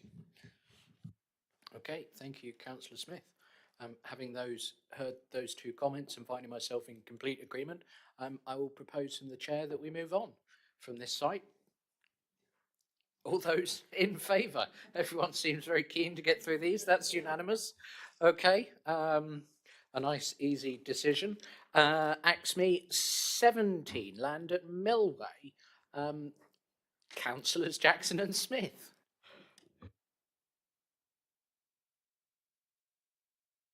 All these steps I'm getting in, it's fantastic. Thank you very much. This has already been identified as a site for housing development through Cabinet a couple of years ago, but I think even before then.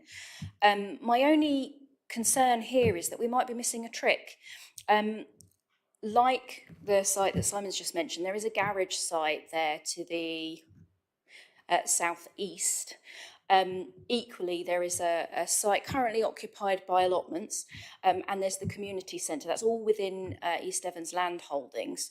Equally, there's a site north of that, which is, but it's not connected to this directly. I do think actually a scheme that looks at the entirety of that plot could deliver more than is being proposed here. Equally, it should, if designed correctly, still also provide provision for allotments and a new community centre, which is what Cabinet considered previously. So I think when looking at this in the round, actually looking at the entire site there may provide better opportunities, but I support the proposal for residential development there, although I would hope that Cabinet's position on that, which was to try and deliver social housing there, would be followed through. Thank you. I think I probably speak for all members of the authority when I say that's exactly what we'd like to see come forward. And if it is East Devon land, I'd see no reason why it couldn't. Also worth observing, as it's within the built-up area boundary, there'd be no policy problems with those extra areas coming in anyway, whether or not they're allocated. Into committee then. Councillor Young? As recommended. okay, that's a proposal to allocate in line with officer's recommendation, seconded by councillor Brian Bailey. Thank you very much. Anybody else wish to speak on this one? No, okay, in which case, all those in favour, please. That's unanimous. Axminster 18, Millway Garages, councillors Jackson and Smith. You are welcome to just stay up there if you like. We have given some information and comments and opinions about these particular sites. This is obviously the one that's come forward, which is an East Devon garage site. They are in need of another use. They are derelict, almost derelict. They are falling apart, and they were probably more hassle in their current capacity than the potential that they have for this site. Again, it's well located. It's a brownfield site. And so it's right for development. It's in our hands to do something. So I hope that we can make good use of this. I know that we've been looking at modular homes potentially for these kind of sites as well. So that might be an option too. Councillor Jackson, anything to add? No? Okay, thank you. Again, I find myself in complete agreement, and I suspect this is one of those sites where we'll be looking at that number of houses to see if we can squeeze a few more on there potentially. But I'm happy to propose from the chair that this goes forwards as an allocation. Does anybody else wish to speak on this one? Councillor Hayward. Thank you, Chair. Only to echo your point that this is one of 10 sites, and if you visit them and there is a weed 6 foot tall in front of the garage door, they're not being used. If they are, they're being used for storage predominantly. And in this day and age, we can't afford to have land being used for storage. There's storage facilities for that sort of thing. We need houses, and we know that we can build modular things. We just need the will, the land, the cash, and the green light, and then we'll proceed. So I'm delighted you'll put this one forward. Thank you, Councillor Hayward. I think Mr. Hunter might just have jinxed the rest of today, but we will see. So the proposal's been made then, and can I ask all those in favour, please? This is of allocating the site, just for absolute clarity. That's unanimous. Okay, next up then, Axminster 22. One of the bigger ones. Councillors Jackson and Smith.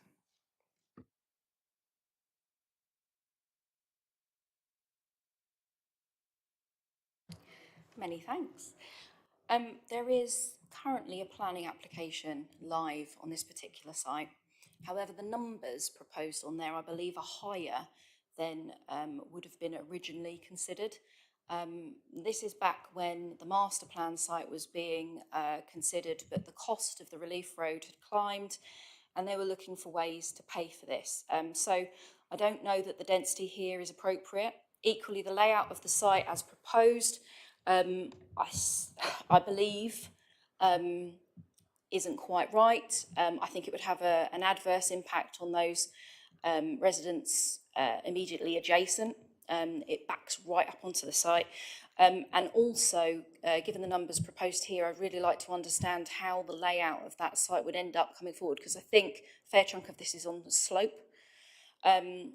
So with all those elements considered, I can't find that I support this at this point in time. Equally, part of the relief road scheme meant that access to 80, which you're considering shortly after this, would have been via this site, and effectively would have meant that the residents on Sector Lane to the east would have been essentially cut off by road. And I can't support that. It would have meant that they would have had to take road journeys all the way out up to Raymond's Hill and back down the A35 in order to get back into town, which frankly seems ludicrous. I don't think we should subject our existing residents to that, and I don't think it supports our carbon approach either. So, mindful of that, I think we need to be really considerate of that one. Thank you. Councillor Smith. Nothing to add. Okay, thank you. We come into committee then. Members, I've done it for you the last couple of times. Somebody else has to speak. Go on then. Councillor Howe. and then Councillor Blakey. Exactly. I'll propose that as per officers to go forward. Okay, do we have a seconder for that? Councillor Blakey, do you wish to speak? Yeah, I was just going to add that the fact that we have the live planning application for a number which is considerably greater than the standard sort of spatial, the calculation is neither here nor there. We're just allocating, aren't we? So the planning application, I think, is a bit of a red herring. Is it not? I think through you, Chair, I think it would be worth us looking at the numbers again as part of our wash-up exercise. We said about numbers here. The numbers are nearly half what the application shows, and I accept there are still some outstanding issues with the application, but it may well demonstrate that we can get more than 55 on there. So we'll look at that. Possibly worth highlighting as well that just because we accept the principle of development here at SPC doesn't mean that the planning application is going to be plain sailing. Far from it. If what I've just heard is accurate. Do any other members wish to speak? Okay, in which case we have a proposal from Councillor Howe, seconded by Councillor Blakey, to allocate Axmead 22.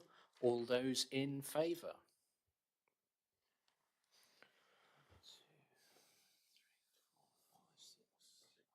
6, I count 6.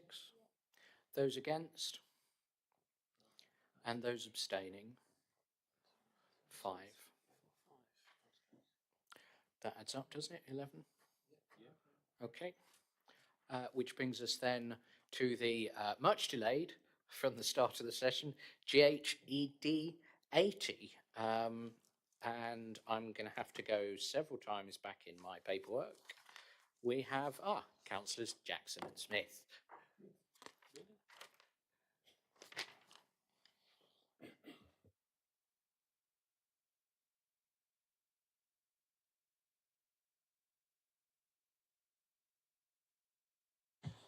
Apologies, Damien. I don't think it's going to be as straightforward with this one.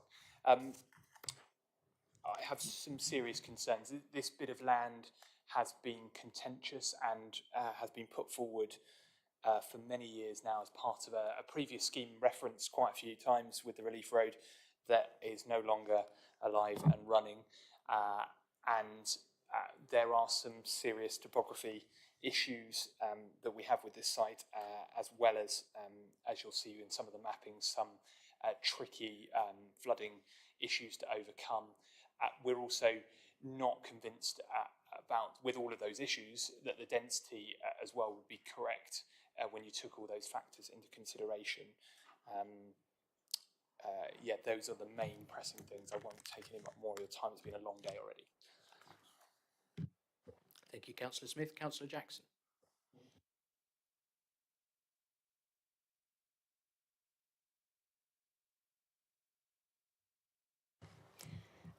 Thank you. Councillor Hayward referenced earlier that we'd had a gun put to our head some years ago, and we, I think, quote, had only just recovered. I don't think we have recovered on this one, actually, because this is a scheme that is not viable when it was delivering a road. Many people bought into it, not many, some people bought into it on the basis that it was delivering a relief road. They were prepared to accept that level of growth if it provided that sort of mitigation, and this is just part of that site. But without that, how can we even be considering that?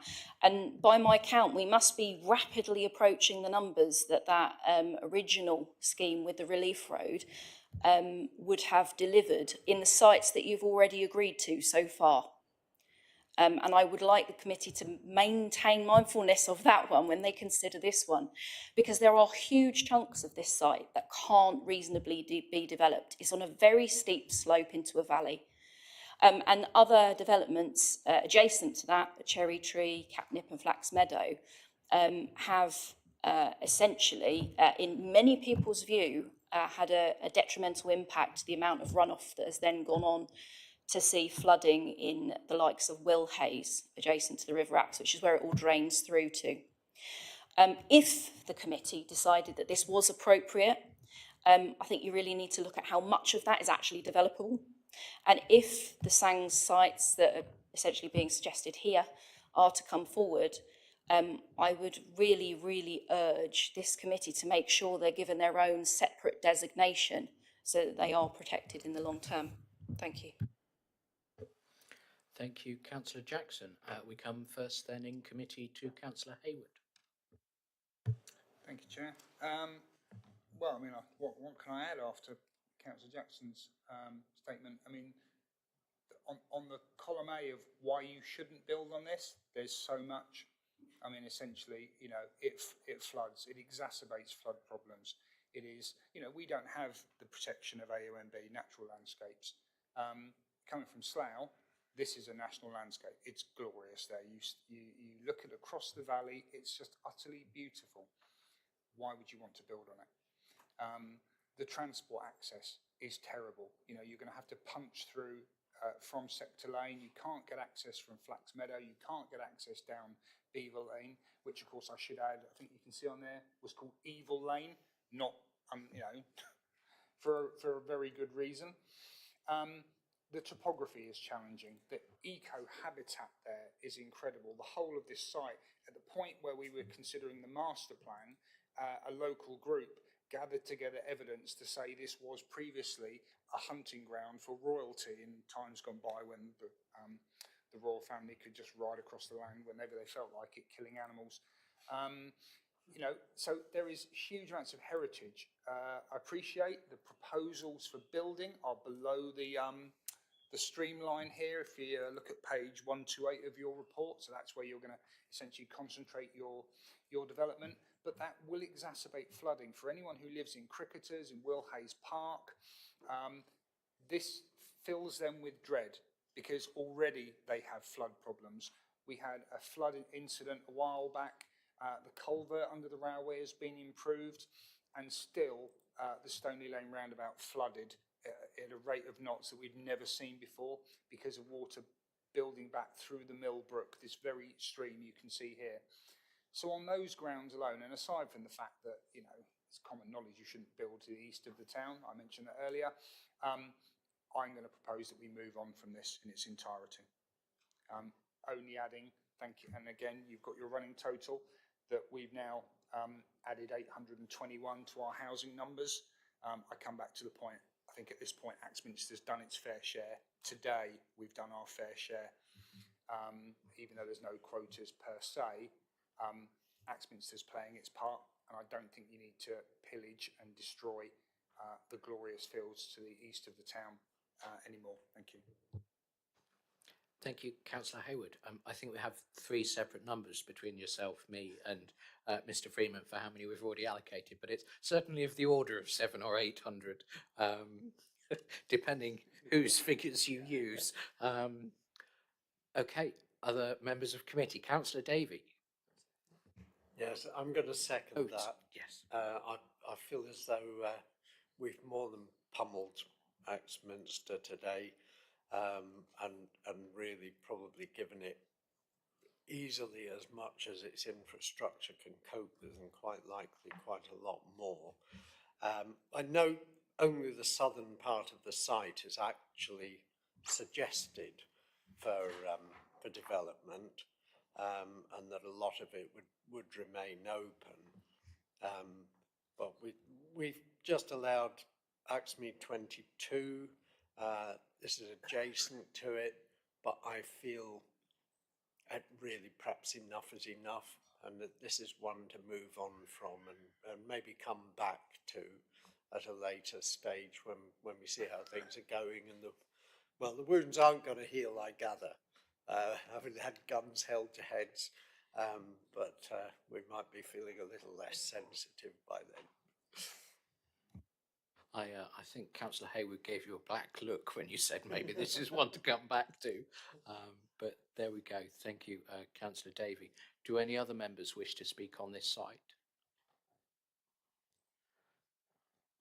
Councillor Jess Bailey. I support Councillor Hayward and Councillor Davey. I think you do have, even though there's no targets for different settlements, I think you do have to look at things in the round. And I think it's just too much. And I just don't think it's fair. So I will support Councillor Hayward and Davey to move on, if that's the right expression.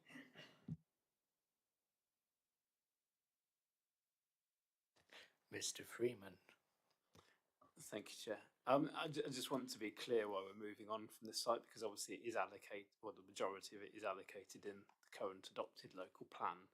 So just so I'm clear from what I'm hearing, the concern is that this site has quite significant landscape impacts, and that members feel that it was allocated previously to secure the relief road as a necessity to create a continuous link road through that area, and in the absence of the relief road, members feel in isolation it's unacceptable in landscape terms primarily. Sorry.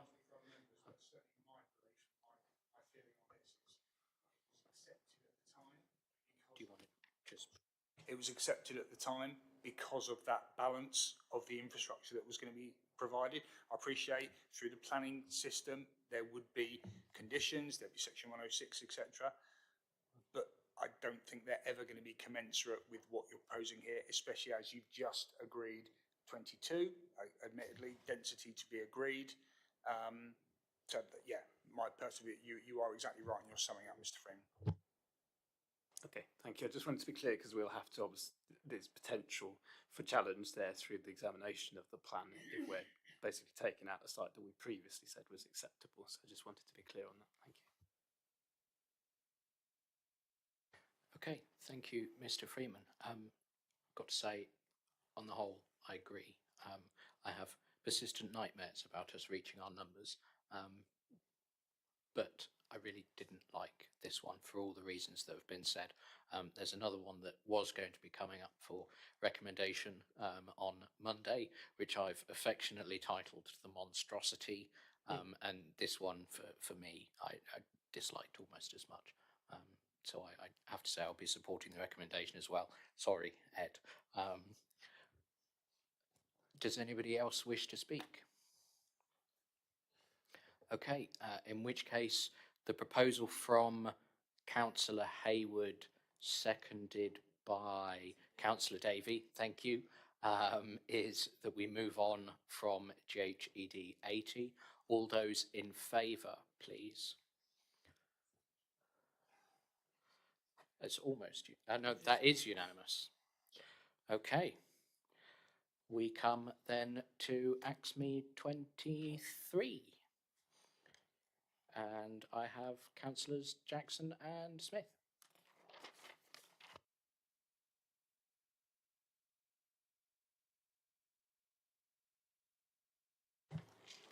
We're back in the town centre, which is great. I have no real issue with there being residential on this site, but it would be a crying shame if it was designated as residential solely. This is quite possibly the only opportunity for town centre development that would deliver things like public realm, employment, possibly an element of residential as well. I don't think this committee should be considering it as such. It needs to be a mixed use site, particularly with the level of growth that you're proposing for the town, and any future development, because quite frankly, this is the only possible site left to deliver such sort of amenity. So please, please do not consider it as simply as residential. Thank you. Councillor Smith. Nothing to add. Okay. I saw Councillors Ledger and Young at the same time, so Councillor Young, respect the elderly. Yeah. I'll sort that, Jeff, don't worry. Yeah. Yeah. In view of the comments from the board members, limiting it to just development for dwellings would be a shame.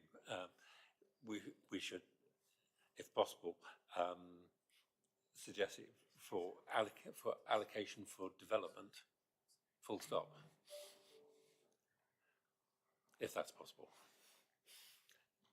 Sorry, Councillor Young, I think we both missed the question because I was asking Ed Can, another one. can we allocate it for development, full stop, rather than saying, no, for allocation of dwellings? So we can then accept, hopefully, something much more substantial than just dwellings. I think I'd be right in saying the report is clear that residential development would only be acceptable in a mixed-use scheme. Mr. Freeman. That's right. I mean, the report gives a yield of only 10 dwellings because I think the intention is for mixed-use development, and then in terms of reasons for allocating, so residential use is acceptable in principle as part of a mixed-use redevelopment scheme. So that would be the intention. I would support the recommendation then. And make that as a recommendation. Just to be clear, are we able to write the policy such that it is required to be a mixed-use redevelopment? Is that within our gift? Yes, I see no reason why not. Okay. So we have a proposal then in line with the officer's recommendation for a mixed-use scheme. Do we have a seconder? Councillor Blakey? Yeah, I think it's eminently sensible and probably ideal for that purpose, so happy to second. Thank you, Councillor Blakey. Councillor Letcher? Thank you, Chair. I really appreciate it. The report says at the start, on the title page, proposed use housing, and that's, I think, where the confusion's arising here, is it needs to be more explicit that it is wanting to be a mixed-use development. I know there's been a lot of work gone into this with Devon County Council last year, with the regeneration boards that were set up, with the levelling up bids that have gone out that were unsuccessful, but it would be a real crying shame if this was perceived to be just a housing site. And so I think we just need a bit more clarification on that part, but I'm happy to go with the recommendation, Chair. Thank you, Councillor Ledger. Anybody else wish to speak on this site? No? Okay, then the proposal from Councillor Young, seconded by Councillor Blakey, is for AXME 23 to go forward for a mixed use allocation. All those members in favour? That's unanimous. Which brings us then to the last Axminster site, AXME 24. And we have Mr. Neil Gillings. Caught you out there, Simon, didn't I? Thank you, Chair. Thank you, members. The site before you is part of an existing allocation under Strategy 20, which you know. As the report notes, there is a current undetermined application on the site, which has been slightly delayed due to nutrient mitigation, etc. The application has no technical objection, Chair, and the case officer has confirmed that there is a draft report recommending the application for approval earlier this year.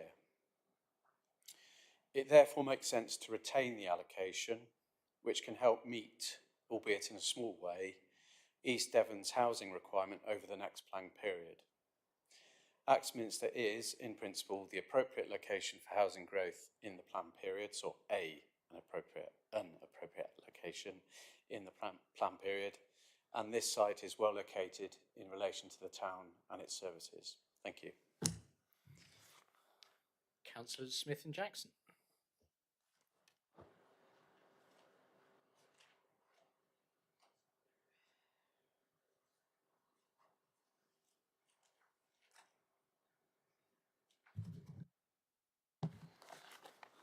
Not that I'm at risk of using this 3 minutes up, I did reset it. But yes, I'm led to believe that there has been a planning application declined on this site as well. So it obviously presents challenges. I think the one thing that I would like to flag up is access. We have got two potential accesses into this. You've got, again, the Beaver Lane that is at the top of the north side, which is suggested, which is highly unsuitable for any form of vehicle really to continue to go up and down. And the other option, I believe, is going through the lower end of a housing estate that I live in the top end of, which was originally supposed to be sectioned as two different housing estates itself, but actually wasn't given highways access to do that. It's a maze. It operates like a maze, so that is not sustainable, a sustainable option either. So that's the real pressing thing about this site. Thank you, Councillor Smith. Councillor Jackson.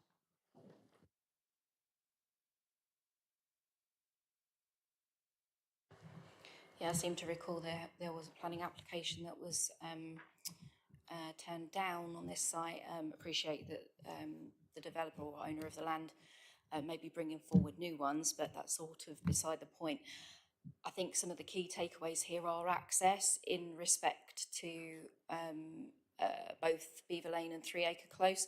And whilst Simon's mentioned Beaver Lane, if we talk about 3 Acre Close, it's an incredibly small, narrow cul-de-sac, which is pretty much choked up with cars all the way up it. So it's tight. It's equally on a pretty steep slope. So whilst planning application will work out, how those things are configured, I don't think it's appropriate for the sort of numbers that we're talking about here. Thank you. Thank you, Councillor Jackson. With that, then, we are into committee. Members. Okay, given the pregnant pause then, Mr. Freeman, did you say you wanted to clarify some things? Thank you, Chair. Well, I just wanted to clarify that, as far as I can see, there's not been an application refused at any point on the site. I think it's just that the application that's in has been in since 2021 and not been determined, largely because of, negotiations around some of these issues, but principally, I think, because of the nutrient neutrality issues and the need for mitigation, where we have held a small number of applications in the system while those issues are resolved. So just to clarify, I don't think there's ever been a refusal. It's a long-standing application that's in the system.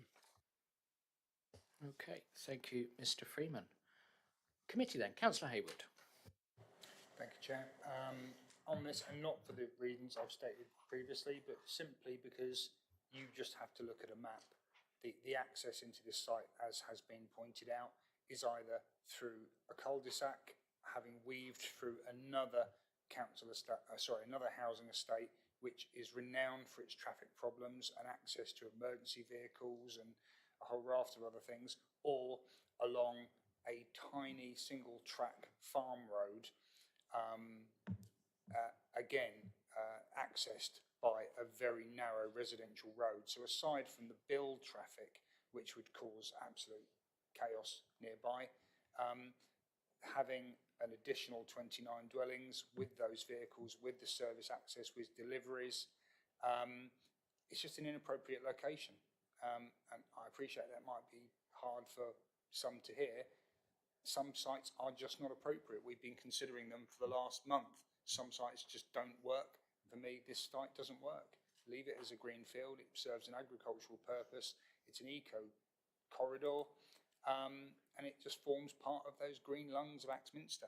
Thank you. Thank you, Councillor Hayward. In the absence of any other comments, Councillor Hayward, was that a proposal to move on? Okay, does anybody wish to second that? I saw Councillor Brian Bailey's hand first. Sorry, Councillor Ledger. I promise it's nothing personal. Councillor Bailey, did you wish to speak? No. Okay, does anybody else on committee wish to speak on this one? No, okay, in which case the proposal is to move on by Councillor Hayward, seconded by Councillor Brian Bailey. All those members in favour, please. That was 8 that I saw. Can we just have hands again to make sure, please? 1, 2, 3, 4, 5, 6, 7, 8. Thank you. Those against? And those abstaining? That's 3. So that makes 11, so that's fine. Okay, that brings us to the end of Axminster then. Do members want a short break before we dive into Kilmington, or should we plough on? Plough on. Okay, let's get through Kilmington then.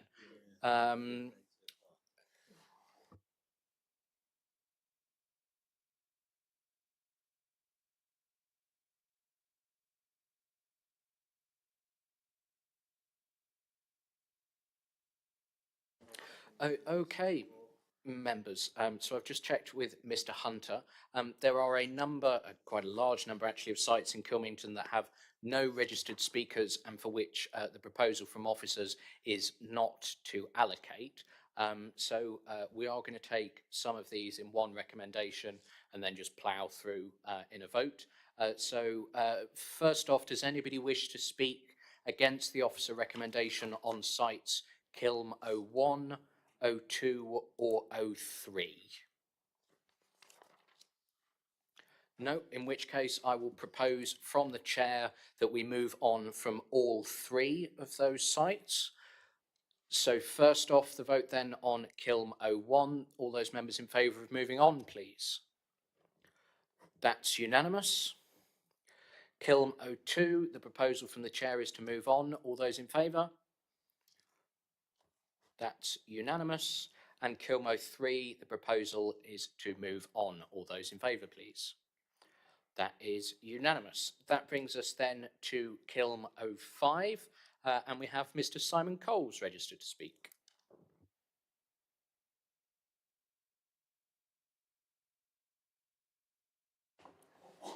Thank you, Chair. Members, slightly delicate. I do feel that the officer's report has missed out a number of key material facts, which I really want to just run through with you quickly now. First of all, members, planning permission was granted on the site in 2007 for storage use and a large storage building.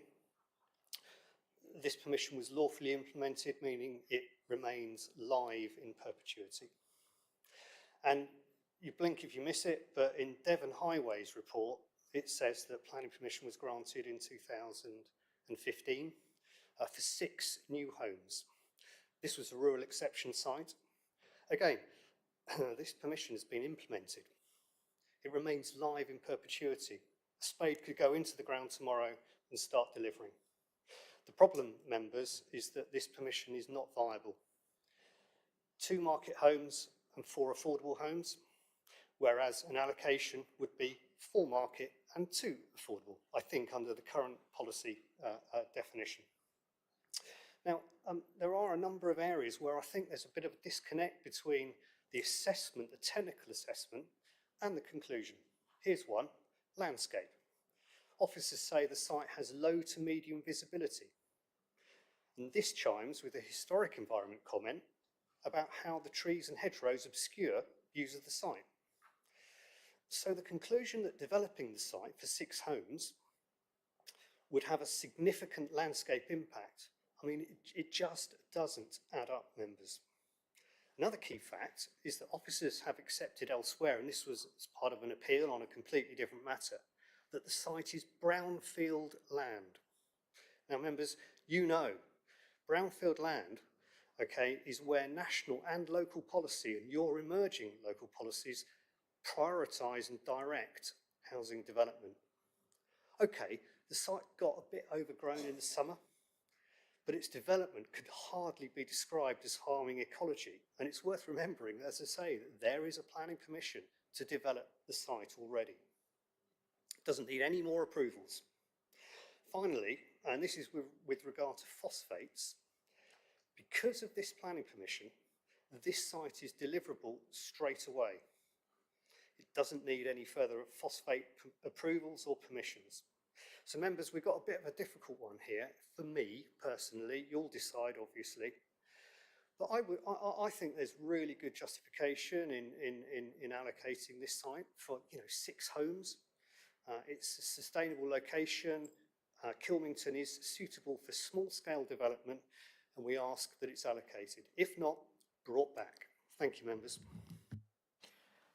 Thank you, Mr. Coles. And I have a representative of Kilmington Parish Council, Councillor Kieran. I'm sorry if I mispronounced this. Verberth? I'm reading that one. Ah, hello, Councillor Verberth. Hello. So, Kilmington Parish Council agree with officers' assessment and wish to make the following comments regarding the Pitt Orchard site assessment. Our neighbourhood plan was made in October 2022, Residents specifically called for careful location of any new development so as not to increase the traffic through the narrow lanes of the densely populated centre of the village. These narrow lanes have limited passing places, no pedestrian pavements and no street lighting. The 05 Pit Orchard site is located on a very narrow single-lane road to the south of the build-up area boundary. This means that all Pit Orchard residents, vehicles and service and delivery vehicles will have to travel north through the central residential area to reach the A35 and village amenities. An increase in traffic creates safety concerns and discourages residents from walking and cycling. Pit Orchard is in the national landscape outside the built-up area boundary. It is also in a sensitive landscape area. The site is next to the Grade 2 listed Cider Lodge and runs alongside Silver Street, which is listed in the Devon Design Statement as a visual focal point. An EDDC review of the village conservation areas concluded that this part of the village retained sufficient residual character for consideration to be given to designation of a small conservation area. The neighbourhood plan includes a community action project to further explore this. The neighbourhood plan includes a community action project to explore this further. When the existing exceptional planning approval was granted as a mixed affordable housing and open market development, Kilmington Parish Council objected to the development of this site. The view of the Parish Council reflecting the opinion of our residents has not changed. Kilmington Parish Council has already proposed housing development sites in locations which are acceptable to residents and provide significant growth in housing numbers. Working closely with EDDC, their neighbourhood plan allocates around 34 dwellings, 10 self-build and 24 on specific sites, and the local plan consultations to date allocate another 42 dwellings, a total of around 76 in all. We trust the committee will take into account the views of Kilmington residents and do not allocate 05 as an additional site. Okay, thank you, Wendy. We have no further members of the public registered to speak. I'm going to exercise Chair's prerogative to get on my soapbox for a minute. And I think this sort of proposal is exactly why members of the public lose faith and get cynical about the planning system, because we grant permissions for affordable home, and then here we are 8 years later being asked to reallocate it for market housing because, in inverted commas, it's not viable.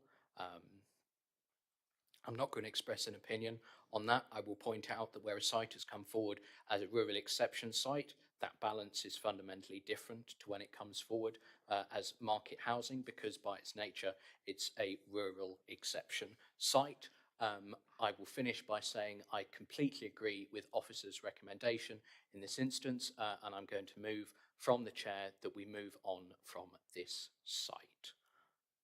Do any other members wish to speak? Okay, in which case we'll go to a vote. The proposal is to move on. All those in favour, please. That's unanimous. Okay, we then come to sites 6 and 7, which are also not recommended for allocation and have no registered speakers. Do any members wish to speak on either of these sites? No, in which case I'll move from the chair that we move on from both 06 and 07. Those members in favour of moving on from 06, please. That's unanimous. And those members in favour of moving on from 07, please. That is unanimous. Thank you, members. That brings us then to site Kilm 09, which is partially allocated in the Kilmington Neighbourhood Plan. That's 09A, and officers are recommending an allocation at 09B, and we have Mr. Neil Chillings.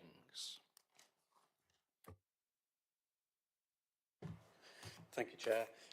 Needless to say, I support the recommendations of your officers. I've got some nonsense written down here, but really I'd rather ask a question of of Matt and Ed, sorry, Mr. Freeman and Mr. Dickens, about ensuring consistency between the neighbourhood plan and the local plan when it comes to the proposals map in terms of existing neighbourhood plan allocations. So I just want to ensure that that happens, but I support 09B in terms of your officer's recommendations. Thank you. Thank you, Mr. Gillings. I'm sure officers can have a look at consistency of the mapping and things. We have tried to pick that up in this process, as I'm sure everyone will appreciate. We've processed about 2,000 pages, something like that, of agendas in the last 3 or 4 weeks. So some things have been missed. Members, does anybody wish to speak on this? Councillor Ledger. Happy to propose acceptance, Chair. Just clarifies that acceptance of 09B moving on from 09A. Yes. Okay, I will second that. Do any other members wish to speak? Councillor Hayward. Be very brief, Chair. Just for, again, purposes of clarity, a point's been made referencing neighbourhood plans with the local plan process. Could Mr. Freeman just, within a couple of paragraphs, I appreciate I'm far more verbose than he is, just outline what happens to existing neighbourhood plans if and when and if our new local plan is made? What happens? Because obviously there are neighbourhood plans that were made that generally had to accord to our old local plan. We have a new local plan. Some of them won't pass muster. So could you just encapsulate for the purposes, benefit of everyone here? I think I'll be right in saying where there's conflict, the newer plan has precedence. Is that right, Mr. Freeman? Yes, so basically the neighbourhood plans remain in place and are a material consideration. The issue only really arises where there's conflict between the two, of which the most up-to-date plan would carry the greatest weight. So obviously over time the neighbourhood plans will get more and more out of date, and they should really be refreshed and updated and redone to reflect the new local plan. But in the meantime, we would have that situation where we continue to give weight to it, and issues potentially only arise where there's conflict, which, I mean, there will be in a number of cases, I'm sure, but that doesn't mean we can't still give significant weight to the remaining elements of the neighbourhood plan where there aren't conflicts. Thank you, Mr. Freeman. Okay, we will go to Councillor Howe. Yeah, I mean, I had to go back and reread this because I do wonder. And again, when you look at these 3 sites, is it? Yeah, listed here.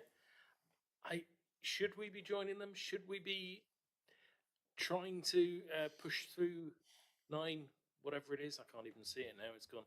9A as part of 9B and 10. Reading the report, 9A is partly allocated in the neighbourhood plan, which kind of throws me a bit. If it's already partly allocated through the neighbourhood plan, why are we excluding it? Surely it'd be more sense, road-wise and everything else, to link them together again as a small master plan for that area and get a more sensible solution for road access and everything else.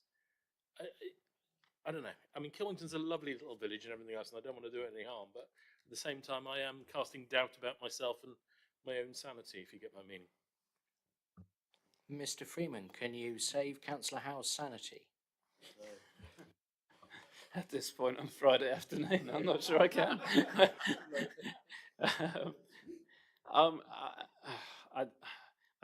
I don't profess to be an expert on where we are with Killington's neighbourhood plan and the relationship between the two. It's perhaps something we need to take away and look at how we join that up. I don't know.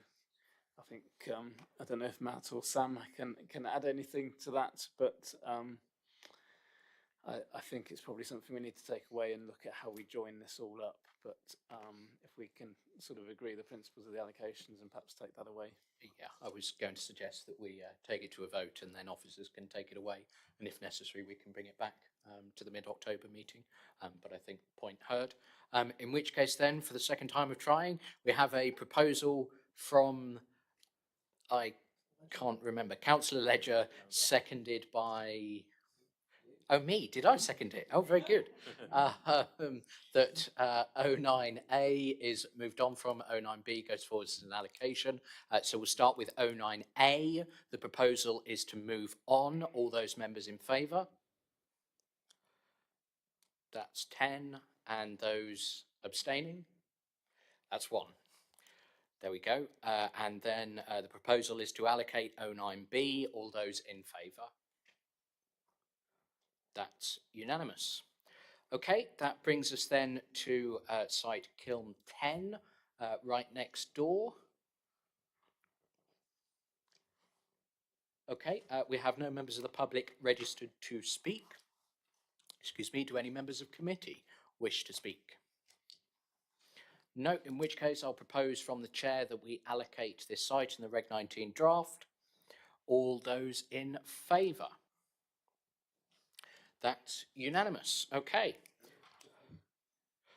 But just make a point about these 3 sites. Very They quickly. all interlink to each other, and we should see if there's a benefit of working those 3 sites into one.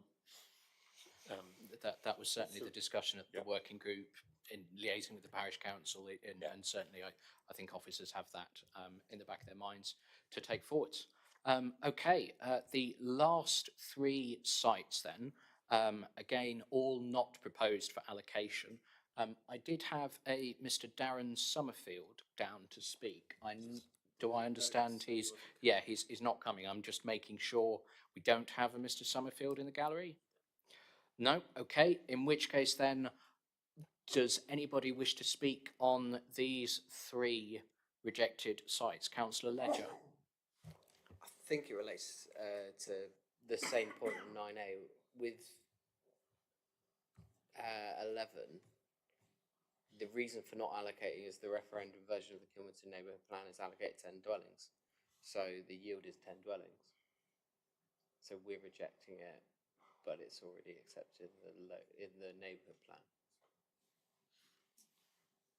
Mr. Freeman? I assume we're seeking to duplicate at this point what's in the Kilmington neighbourhood plan, given its advanced stage of production.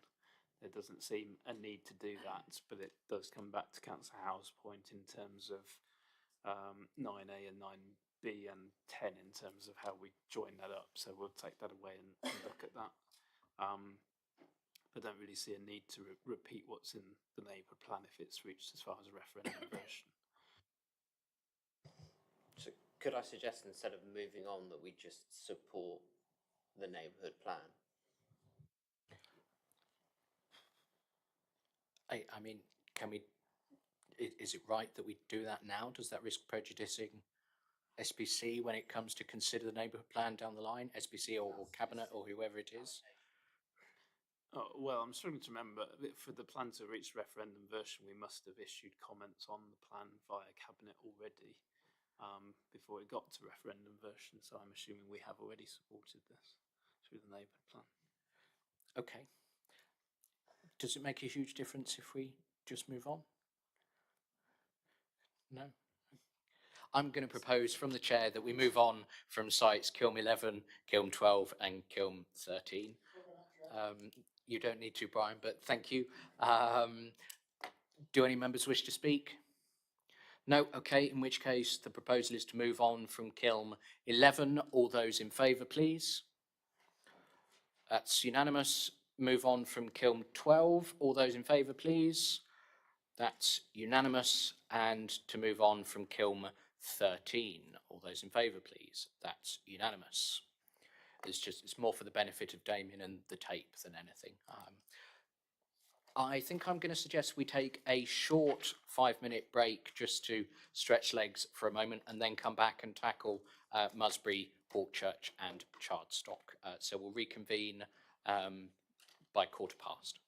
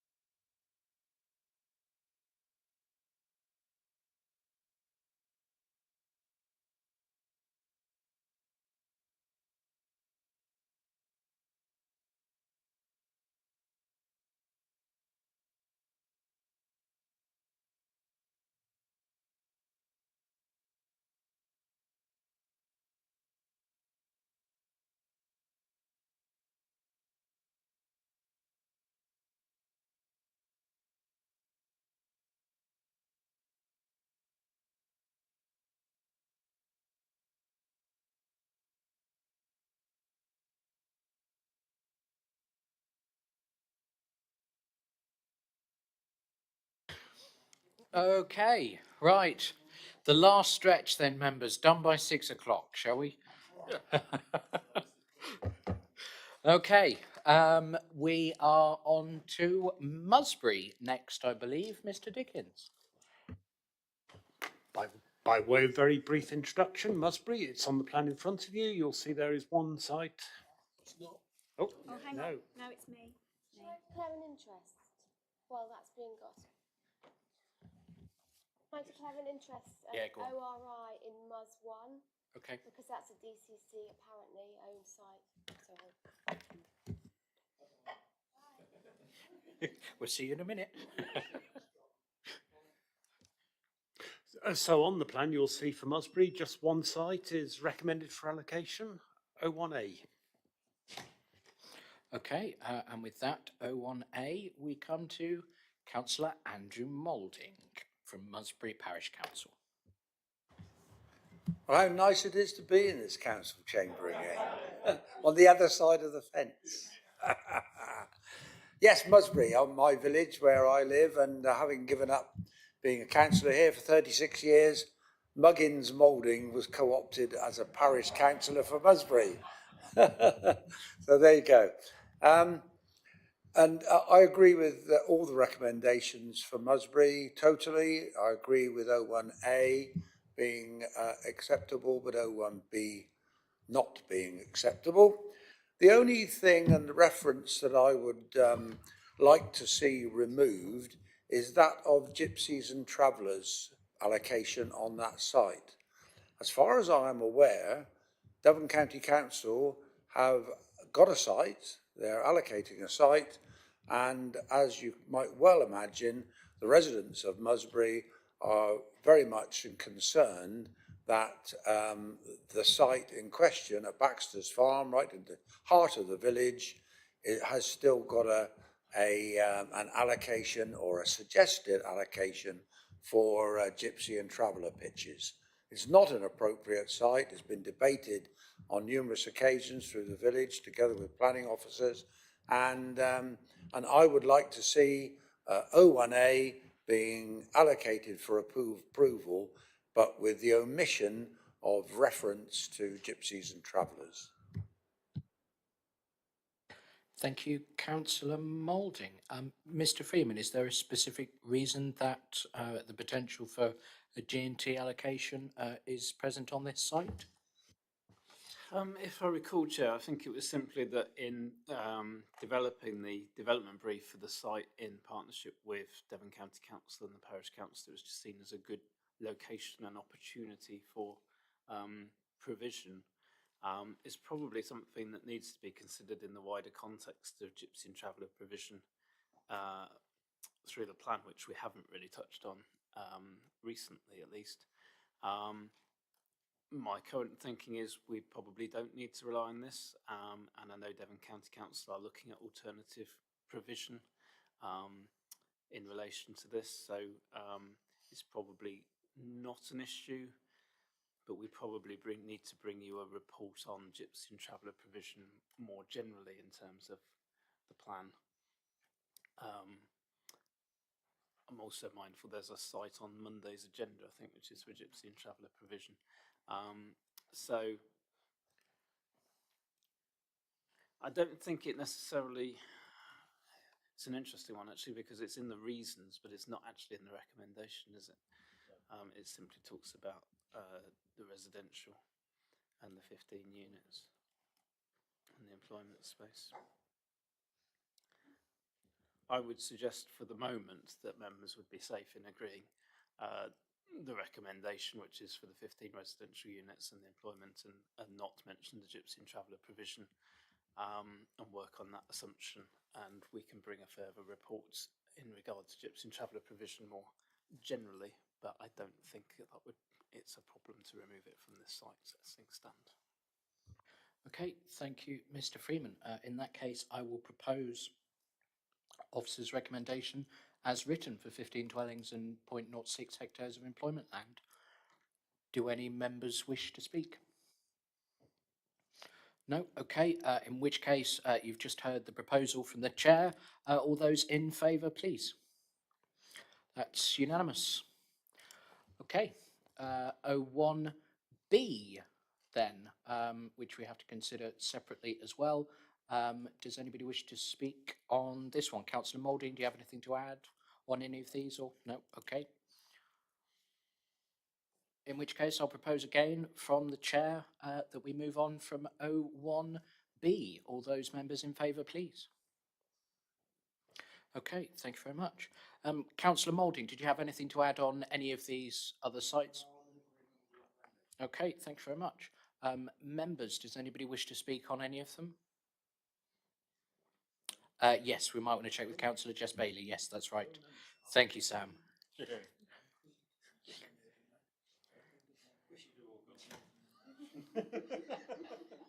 Welcome back, Jess. Would you like to say anything about sites 03, 04 or 05? No, thank you. In which case I'll move from the chair that we move on from all three of those sites. Does anybody wish to speak? No? Okay, then the proposal is to move on from Musbury 03. All those in favour, please. That's unanimous. Musbury 04, the proposal is to move on. That's unanimous. And 05, same again. That is unanimous. Okay, that brings us to the end of Musbury then. And 7D then is Hawkchurch. Mr. Freeman, Mr. Dickens, do you have an introduction for us? Just to say, by way of Hawkchurch, you'll see one site is proposed for allocation in Hawkchurch, Hawk 01. It is the site that contains the village shop, and I think one of the things we would stress in policy development terms is we would want to see some sort of policy in place to seek to retain that shop, if at all possible. I think it's also worth flagging up that this was one of those settlements that it was suggested maybe through the assessment of settlements might fall outside of the hierarchy, although looking at this, we're content from an officer perspective that it has the facilities to warrant inclusion. Okay, thank you, Mr. Dickens. So this is one element of the agenda that was, or the covering report specifically, was revised during the week because, well, I and others, most notably Chair of Hawkchurch Parish Council, Councillor Dr. Anne Nolan, had some concerns about the classification of Hawkchurch and whether it genuinely accords with our strategy for sustainable development. So I'm going to come to Mr. Freeman just before we come to Councillor Nolan, just to go over how officers see it. Thank you. Yes, thank you, Chair. So we did try and update and bolster this part of the report that's at paragraph 3.15 in the covering report, noting the concerns being raised by the community in terms of its assessment as a Tier 4 settlement and the role and function of settlement study. So I think there were two issues that were highlighted, particularly one was that the only shop is a community shop, which is temporarily sited, I believe, on the site proposed for allocation, as Mr. Dickens has mentioned. We tried to make it clear that we're not intending, well, our intention certainly would not be that that site is lost for the community shop. Clearly that's a valuable community facility that should be retained with any proposals for the redevelopment of that site. The other thing I think that was highlighted as an issue is the bus service, which only runs once a week. Obviously, that was noted in the role and functions of settlements study. There is a specific, members may recall the assessment was whether or not it had a less than hourly bus service, which obviously it got a tick in the box for having a less than hourly bus service. But there was also an asterisk and footnote that highlighted that it was only a once a week service. Which is obviously not a very good level of service for a village such as Hawkchurch, and is unfortunate that they don't have better public transport links to the wider area. However, noting that the role and functions settlement study did highlight it as a Tier 4 settlement, and that was what was agreed by the committee at the time. And nothing has actually changed with regard to that to justify revisiting that to my mind. The other thing to say, I think, is to bear in mind that I think sometimes when reading the role and function of settlement study, people get quite caught up on the number of services and facilities listed against particular settlements, when really we're just using that as a measure to determine whether or not that particular settlement carries a function that's meeting the everyday needs of residents of that community in terms of their basic everyday needs and those of a slightly wider area. And I think it's clear from our assessment that Hawkchurch still fulfills that role, and therefore I wouldn't see a need to revisit the role and function of settlement study with regard to Hawkchurch. Thank you, Chair. Okay, thank you, Mr. Freeman. I will reserve comment at that point then. Councillor Dr. Nolan. Thank you. This is the 5th time that we have raised the issue of the Tier 4 classification with officers. It's quite clear in the document what the officers have just said, but it actually says following settlements have at least 7 local facilities and therefore play a local role for both settlement and immediate surrounding area in meeting the basic needs for residents on a day-to-day basis. It's got a footnote that actually doesn't make sense. This is how good it is. I'll read it to you. It says settlements that have 6 local facilities plus an hourly bus service, in brackets, strategic facility, are also included, as it seems illogical to exclude settlements that are missing a less than hourly service, but do have an hourly service. So that was missed, because that is back to front. But we are the only village that is classified based on having 6 local facilities and services because of this fact that we have a bus at 10 o'clock on a Thursday morning to take people to Axminster Market. And if you miss the return, you're stuck. That doesn't constitute a bus service by any stretch of the imagination to anybody I have talked to, apart from perhaps the officers concerned. We did a survey based on the local plan consultation. We had a 50% response rate, which is very good.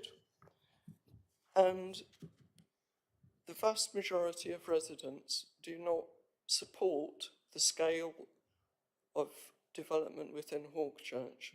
It represents, by officers' calculations, 32% increase. That is the biggest of all villages. The truth of the matter is, if you look over a period of time and you include, we think that figure includes the exception site, which is outside the settlement boundary, in calculating it. If you take all the new housing, including this proposal, and compare it with the village before, it represents a 70% increase in housing. Hawkchurch is a small rural village. It has very narrow lanes and, as with everywhere else, massive infrastructure problems that are simply not coping. Trying to find, sorry, it's been a long time this afternoon. In our survey, we asked people, about the use of their cars, and 65% of households use their cars daily. And the average ownership is 1.74 cars per household. There is no way that this fits with your strategic plan to put housing where there is transport. This will increase the road use, it will increase delivery vans, which we've seen a huge amount more of since the additional housing. It will have serious impacts on our infrastructure. Brimley Road is one of 3 main access roads into the village. That road has been closed at least 12 times this year due to infrastructure problems. And South West Water have told residents about problems with the drainage that they're aware of, but they're just waiting to see what happens. It is an absolute disaster area. This development would directly impact the infrastructure down that arterial road. So I don't know where to go with this, because I just think it's not correct. I think it's, as a matter of principle, incorrect. And I certainly don't think it's a sustainable growth. If we did a neighbourhood plan, which if this gets allocated, I don't think we will, because there's almost no point. If we did a neighbourhood plan, there are multiple other sites where people would prefer to see small clusters of development in Hawkchurch in what's termed by others as organic growth. That makes sense. This would be a housing estate in a rural village. It's not right. Just not right at all. Thank you. Thank you, Councillor Nolan. We then, I believe, have a statement from Councillor Mackinder. Thank you. He wants me to read out the following. I am unable to support the recommendation to approve sites within Hawkchurch as the interpretation of the decision criteria related to settlement tier determination tier from which the allocations flow is flawed. I agree with the general approach to score settlements on a number of criteria and use number of criteria met to determine tier, which is then used to determine whether and how much development to allow. I'm hoping this makes sense. Sorry. Existence of otherwise, let me start again. Sorry, I'm tired. Existence or otherwise of public transport is a reasonable criterion. However, there is no definition as to what constitutes public transport. Hawkchurch having a once daily service will do nothing to encourage public transport use and reduce traffic on local roads. Sorry to interrupt, Wendy, just worth mentioning Councillor Mackinder sent an errata through to correct that to once weekly, not once daily. Oh, okay, sorry. I therefore suggest Hawkchurch should not score on public transport criterion. Similarly, presence of village shop is an important criterion. However, in the case of Hawkchurch, this is more nuanced since whilst the shop is an excellent community service, it is a volunteer run and located in Hawk 01 site. Nothing in the report states the shop location will remain available at any affordable rate to the community shop, with the potential result that the shop would be forced to close and other locations within the village look unlikely. Thus, development of this site could remove one of the criteria which enabled the village to be considered as viable for development. During the local plan member working party, Axminster, Yardley and Newbridge's sites in July, questions were raised about how the tier allocation for Hawkchurch was determined, and indeed these comments have been made by the community during prior consultations and reiterated during the consultation. I would have expected these comments would have been noted in the report prepared for this committee with either a modification to tier allocation methodology and/or tier classification for Hawkchurch and thus site recommendations or an explanation on how the tier criteria were to be interpreted. In brackets, for example, to define what is considered to be public transport service, close brackets, and therefore allowing the local community to understand the logic behind the proposed site. Hawkchurch community to conclude there is no point in responding to requests for comments as their comments will simply be ignored. The report has recently been reissued, but I can still find no reference to these comments. Removing public transport and presence of shop results in Hawkchurch no longer qualifying as a Tier 4 settlement, and presumably the justification for these recommendations will then fail. Successful local community planning depends on transparency in decision making. This report needs to allow the local community to understand how and why recommendations are determined and to contribute to shaping these recommendations. I don't feel this report does that. I therefore do not support the recommendation for Hawkchurch. Thank you, Wendy, for that. I'm again going to exercise Chair's prerogative to go first. Sorry, members.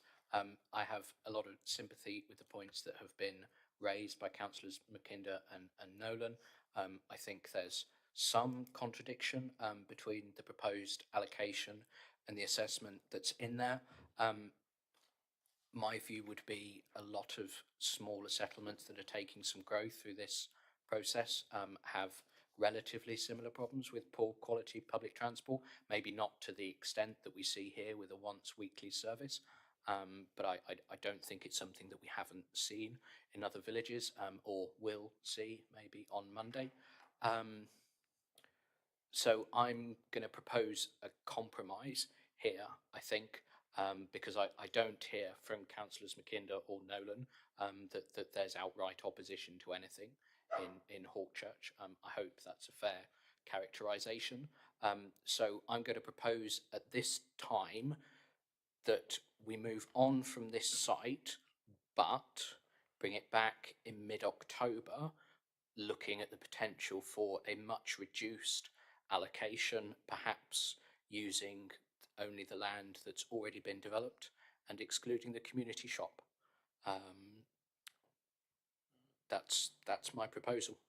I'll propose that we move on and bring it back and have another look. I think that's a reasonable compromise.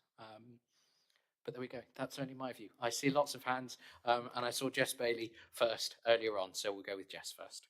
Thank you. Yes, I also have a lot of sympathy. I think it's excessive and disproportionate. I got the figures from one of our officers recently about how many houses there are in all of our settlements, and according to Libby, there's 288 in Hawkchurch. So to have 38 houses where there's really poor public transport does not seem to be consistent with sustainable development. And I would agree with you that 38 is, we need to revisit this one. Thank you. Councillor Young. Yes, the question of a community shop. It seems to be a temporary building in the farmyard where this development is going to be. How sustainable would that community shop be with this development? Now, does it need 38 houses for that to be rebuilt within the new scheme of things, or would a temporary shop just stay in that position? I'm not quite sure. So we need to look at how the community shop works with this development, and what sort of development would be able to support a community shop. Thank you, Councillor Young. I have Councillor Hayward, then Councillor Blakey. Thank you, Chair. As the former ward member to Yardley, I can empathise entirely with what Dr Nolan is saying, and from what Councillor McKinder has said. We use Hawkchurch as an example in the Axe Valley area of why you need defibrillators, because it is so remote. Simply, it takes so long to get there, and the roads are so narrow. It's just so isolated. You can see on this picture here, you know, you're proposing 38 dwellings. There's not barely 38 dwellings in that entire lower picture there. It's just inappropriate, and I'm grateful for your proposal to move on. I would go further and just say move on entirely, because this village could support some windfall sites. They'll pop up from time to time. You know, someone who owns a bungalow might pass on the bungalow site, might sustain 2 or 3. It will be organic growth. That's how Hawkchurch has grown over centuries, and just plonking 38 houses on here, I think, is inappropriate. The access is entirely inappropriate. If you've been driving through here, that access, you know, is treacherous, and it's very difficult to see. And then we come to the issue of, you know, what we might call the Hawkchurch paradox, which is, if you allow it, the shop closes instantly. The site it's not a tier 4 settlement because it doesn't have the amenities, and certainly a weekly bus service, as Dr Nolan says, it's not a bus service. That shouldn't even be included, because it's not regular enough. All it takes is a driver to be off work because sick, or the vehicle breaks down. You haven't got a bus service. So I'm grateful for you. I'm not sure if it's been seconded by. Oh, sorry. oh, you moved for the chair. Well, in which case, wonderful. But I wholly support it, and I just don't think it's appropriate for Hawke Church. You know, if dare I say, from what we've been through this afternoon, Axminster's taken one for the team for Hawke Church. They can come to Axminster and spend their money and shop. Thank you. Councillor Blakey. Yeah, thank you, Chair. You actually proposed exactly, word for word, what I was going to say, which is that the current concrete array and the disused buildings would seem entirely appropriate for redevelopment. They're a bit of an eyesore, let's be honest, and leave that field alone. It's got a natural boundary there already, so I'm fully in support of what you have proposed. Thank you, Councillor Blakey. It was your notebook I was reading earlier, I think. So, okay, do any other members wish to speak on this site? No? Okay, in which case the proposal is that we move on and ask officers to take another look and bring back a much reduced proposal in mid-October. The sun has just come below the ceiling and it's now directly in my eyes, so I can't see any of you. However, all those in favour of that proposal, please. Unanimous. I'll take your word for it. Yes. Okay, unanimous then, which brings us to Hawke 02. Councillor Nolan, did you have anything to add? You don't have to. I would say that the majority of residents felt that this was not an appropriate site because it stretches the development out. There are mixed views on it because the access to the other site is extremely difficult as well.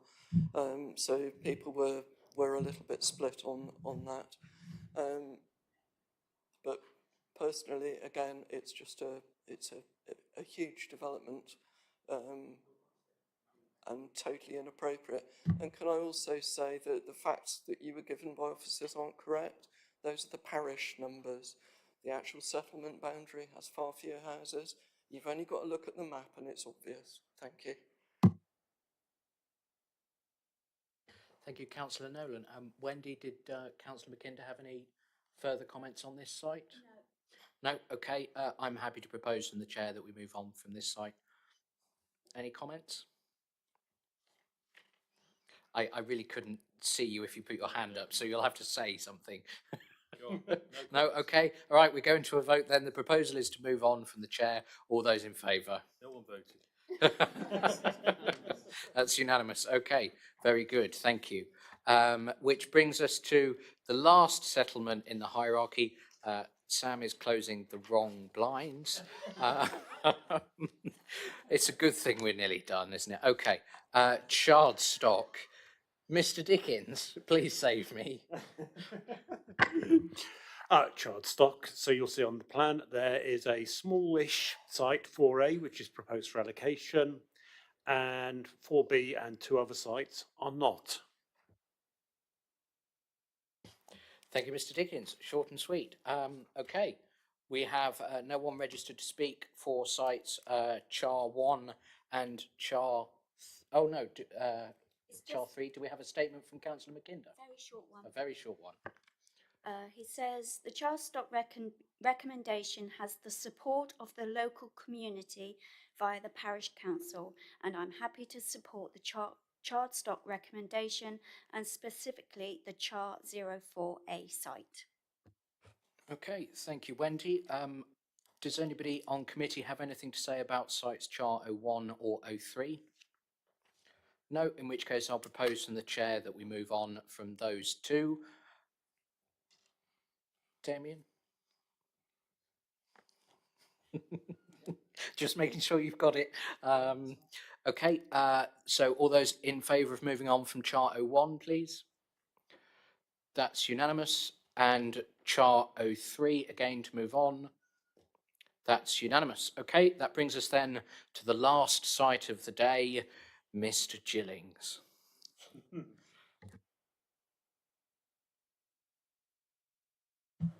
Thank you, Chair. Thank you, Committee. I shall be brief. The Regulation 18 version of the plan included a slightly larger allocation for 30. Needless to say, I support your officer's recommendation in terms of 4A. I just have some concerns that the area proposed for 30 houses was 6.4 acres, which was a bit of 4B and 4A. It's now been reduced to 2.5 acres.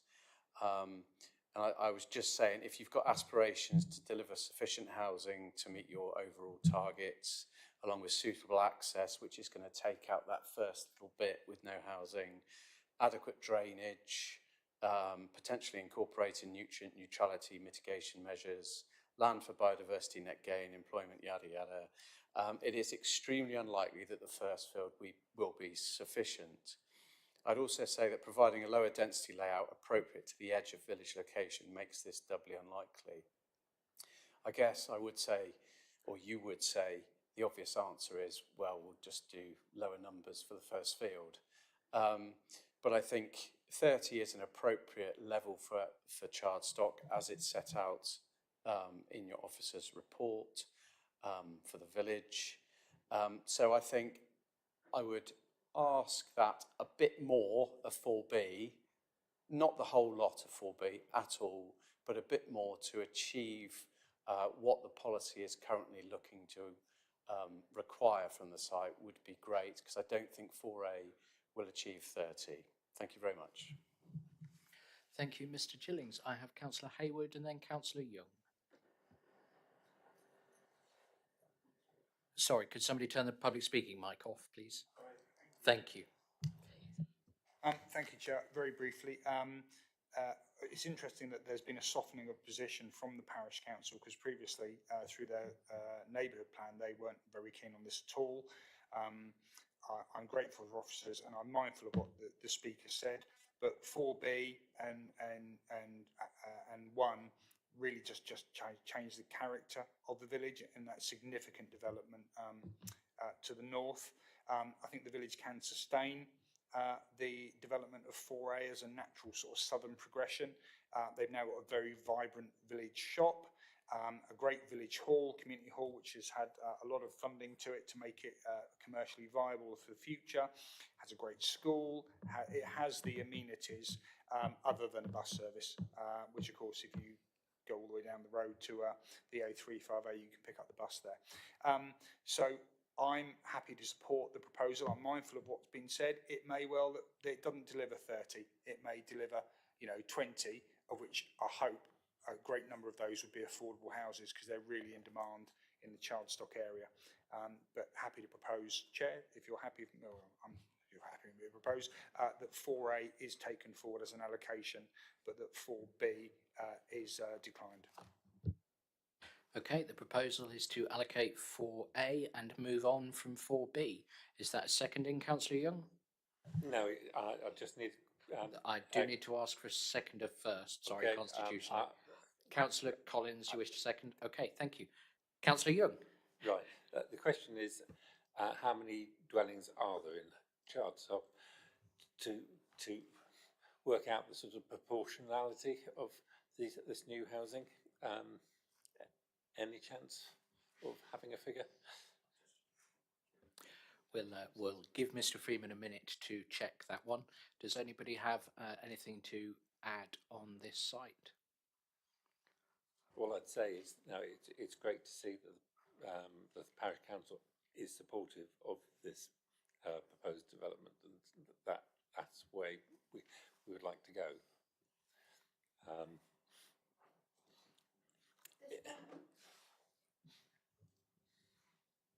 There's 414 in the parish.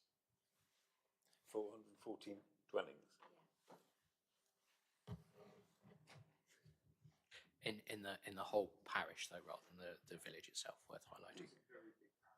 Yes, it is large. Okay, yeah. I'm going to take us to a vote on this one and bring the day to a close then. So the proposal from Councillor Hayward, seconded by Councillor Bethany Collins, is to allocate site 4A. Those in favour, please. That's unanimous. And then the final proposal is to move on from site 4B. Those in favour, please. And that's unanimous, which brings us to the end of our Strategic Planning Committee meeting for today. I will see you all at 10 o'clock on Monday morning. For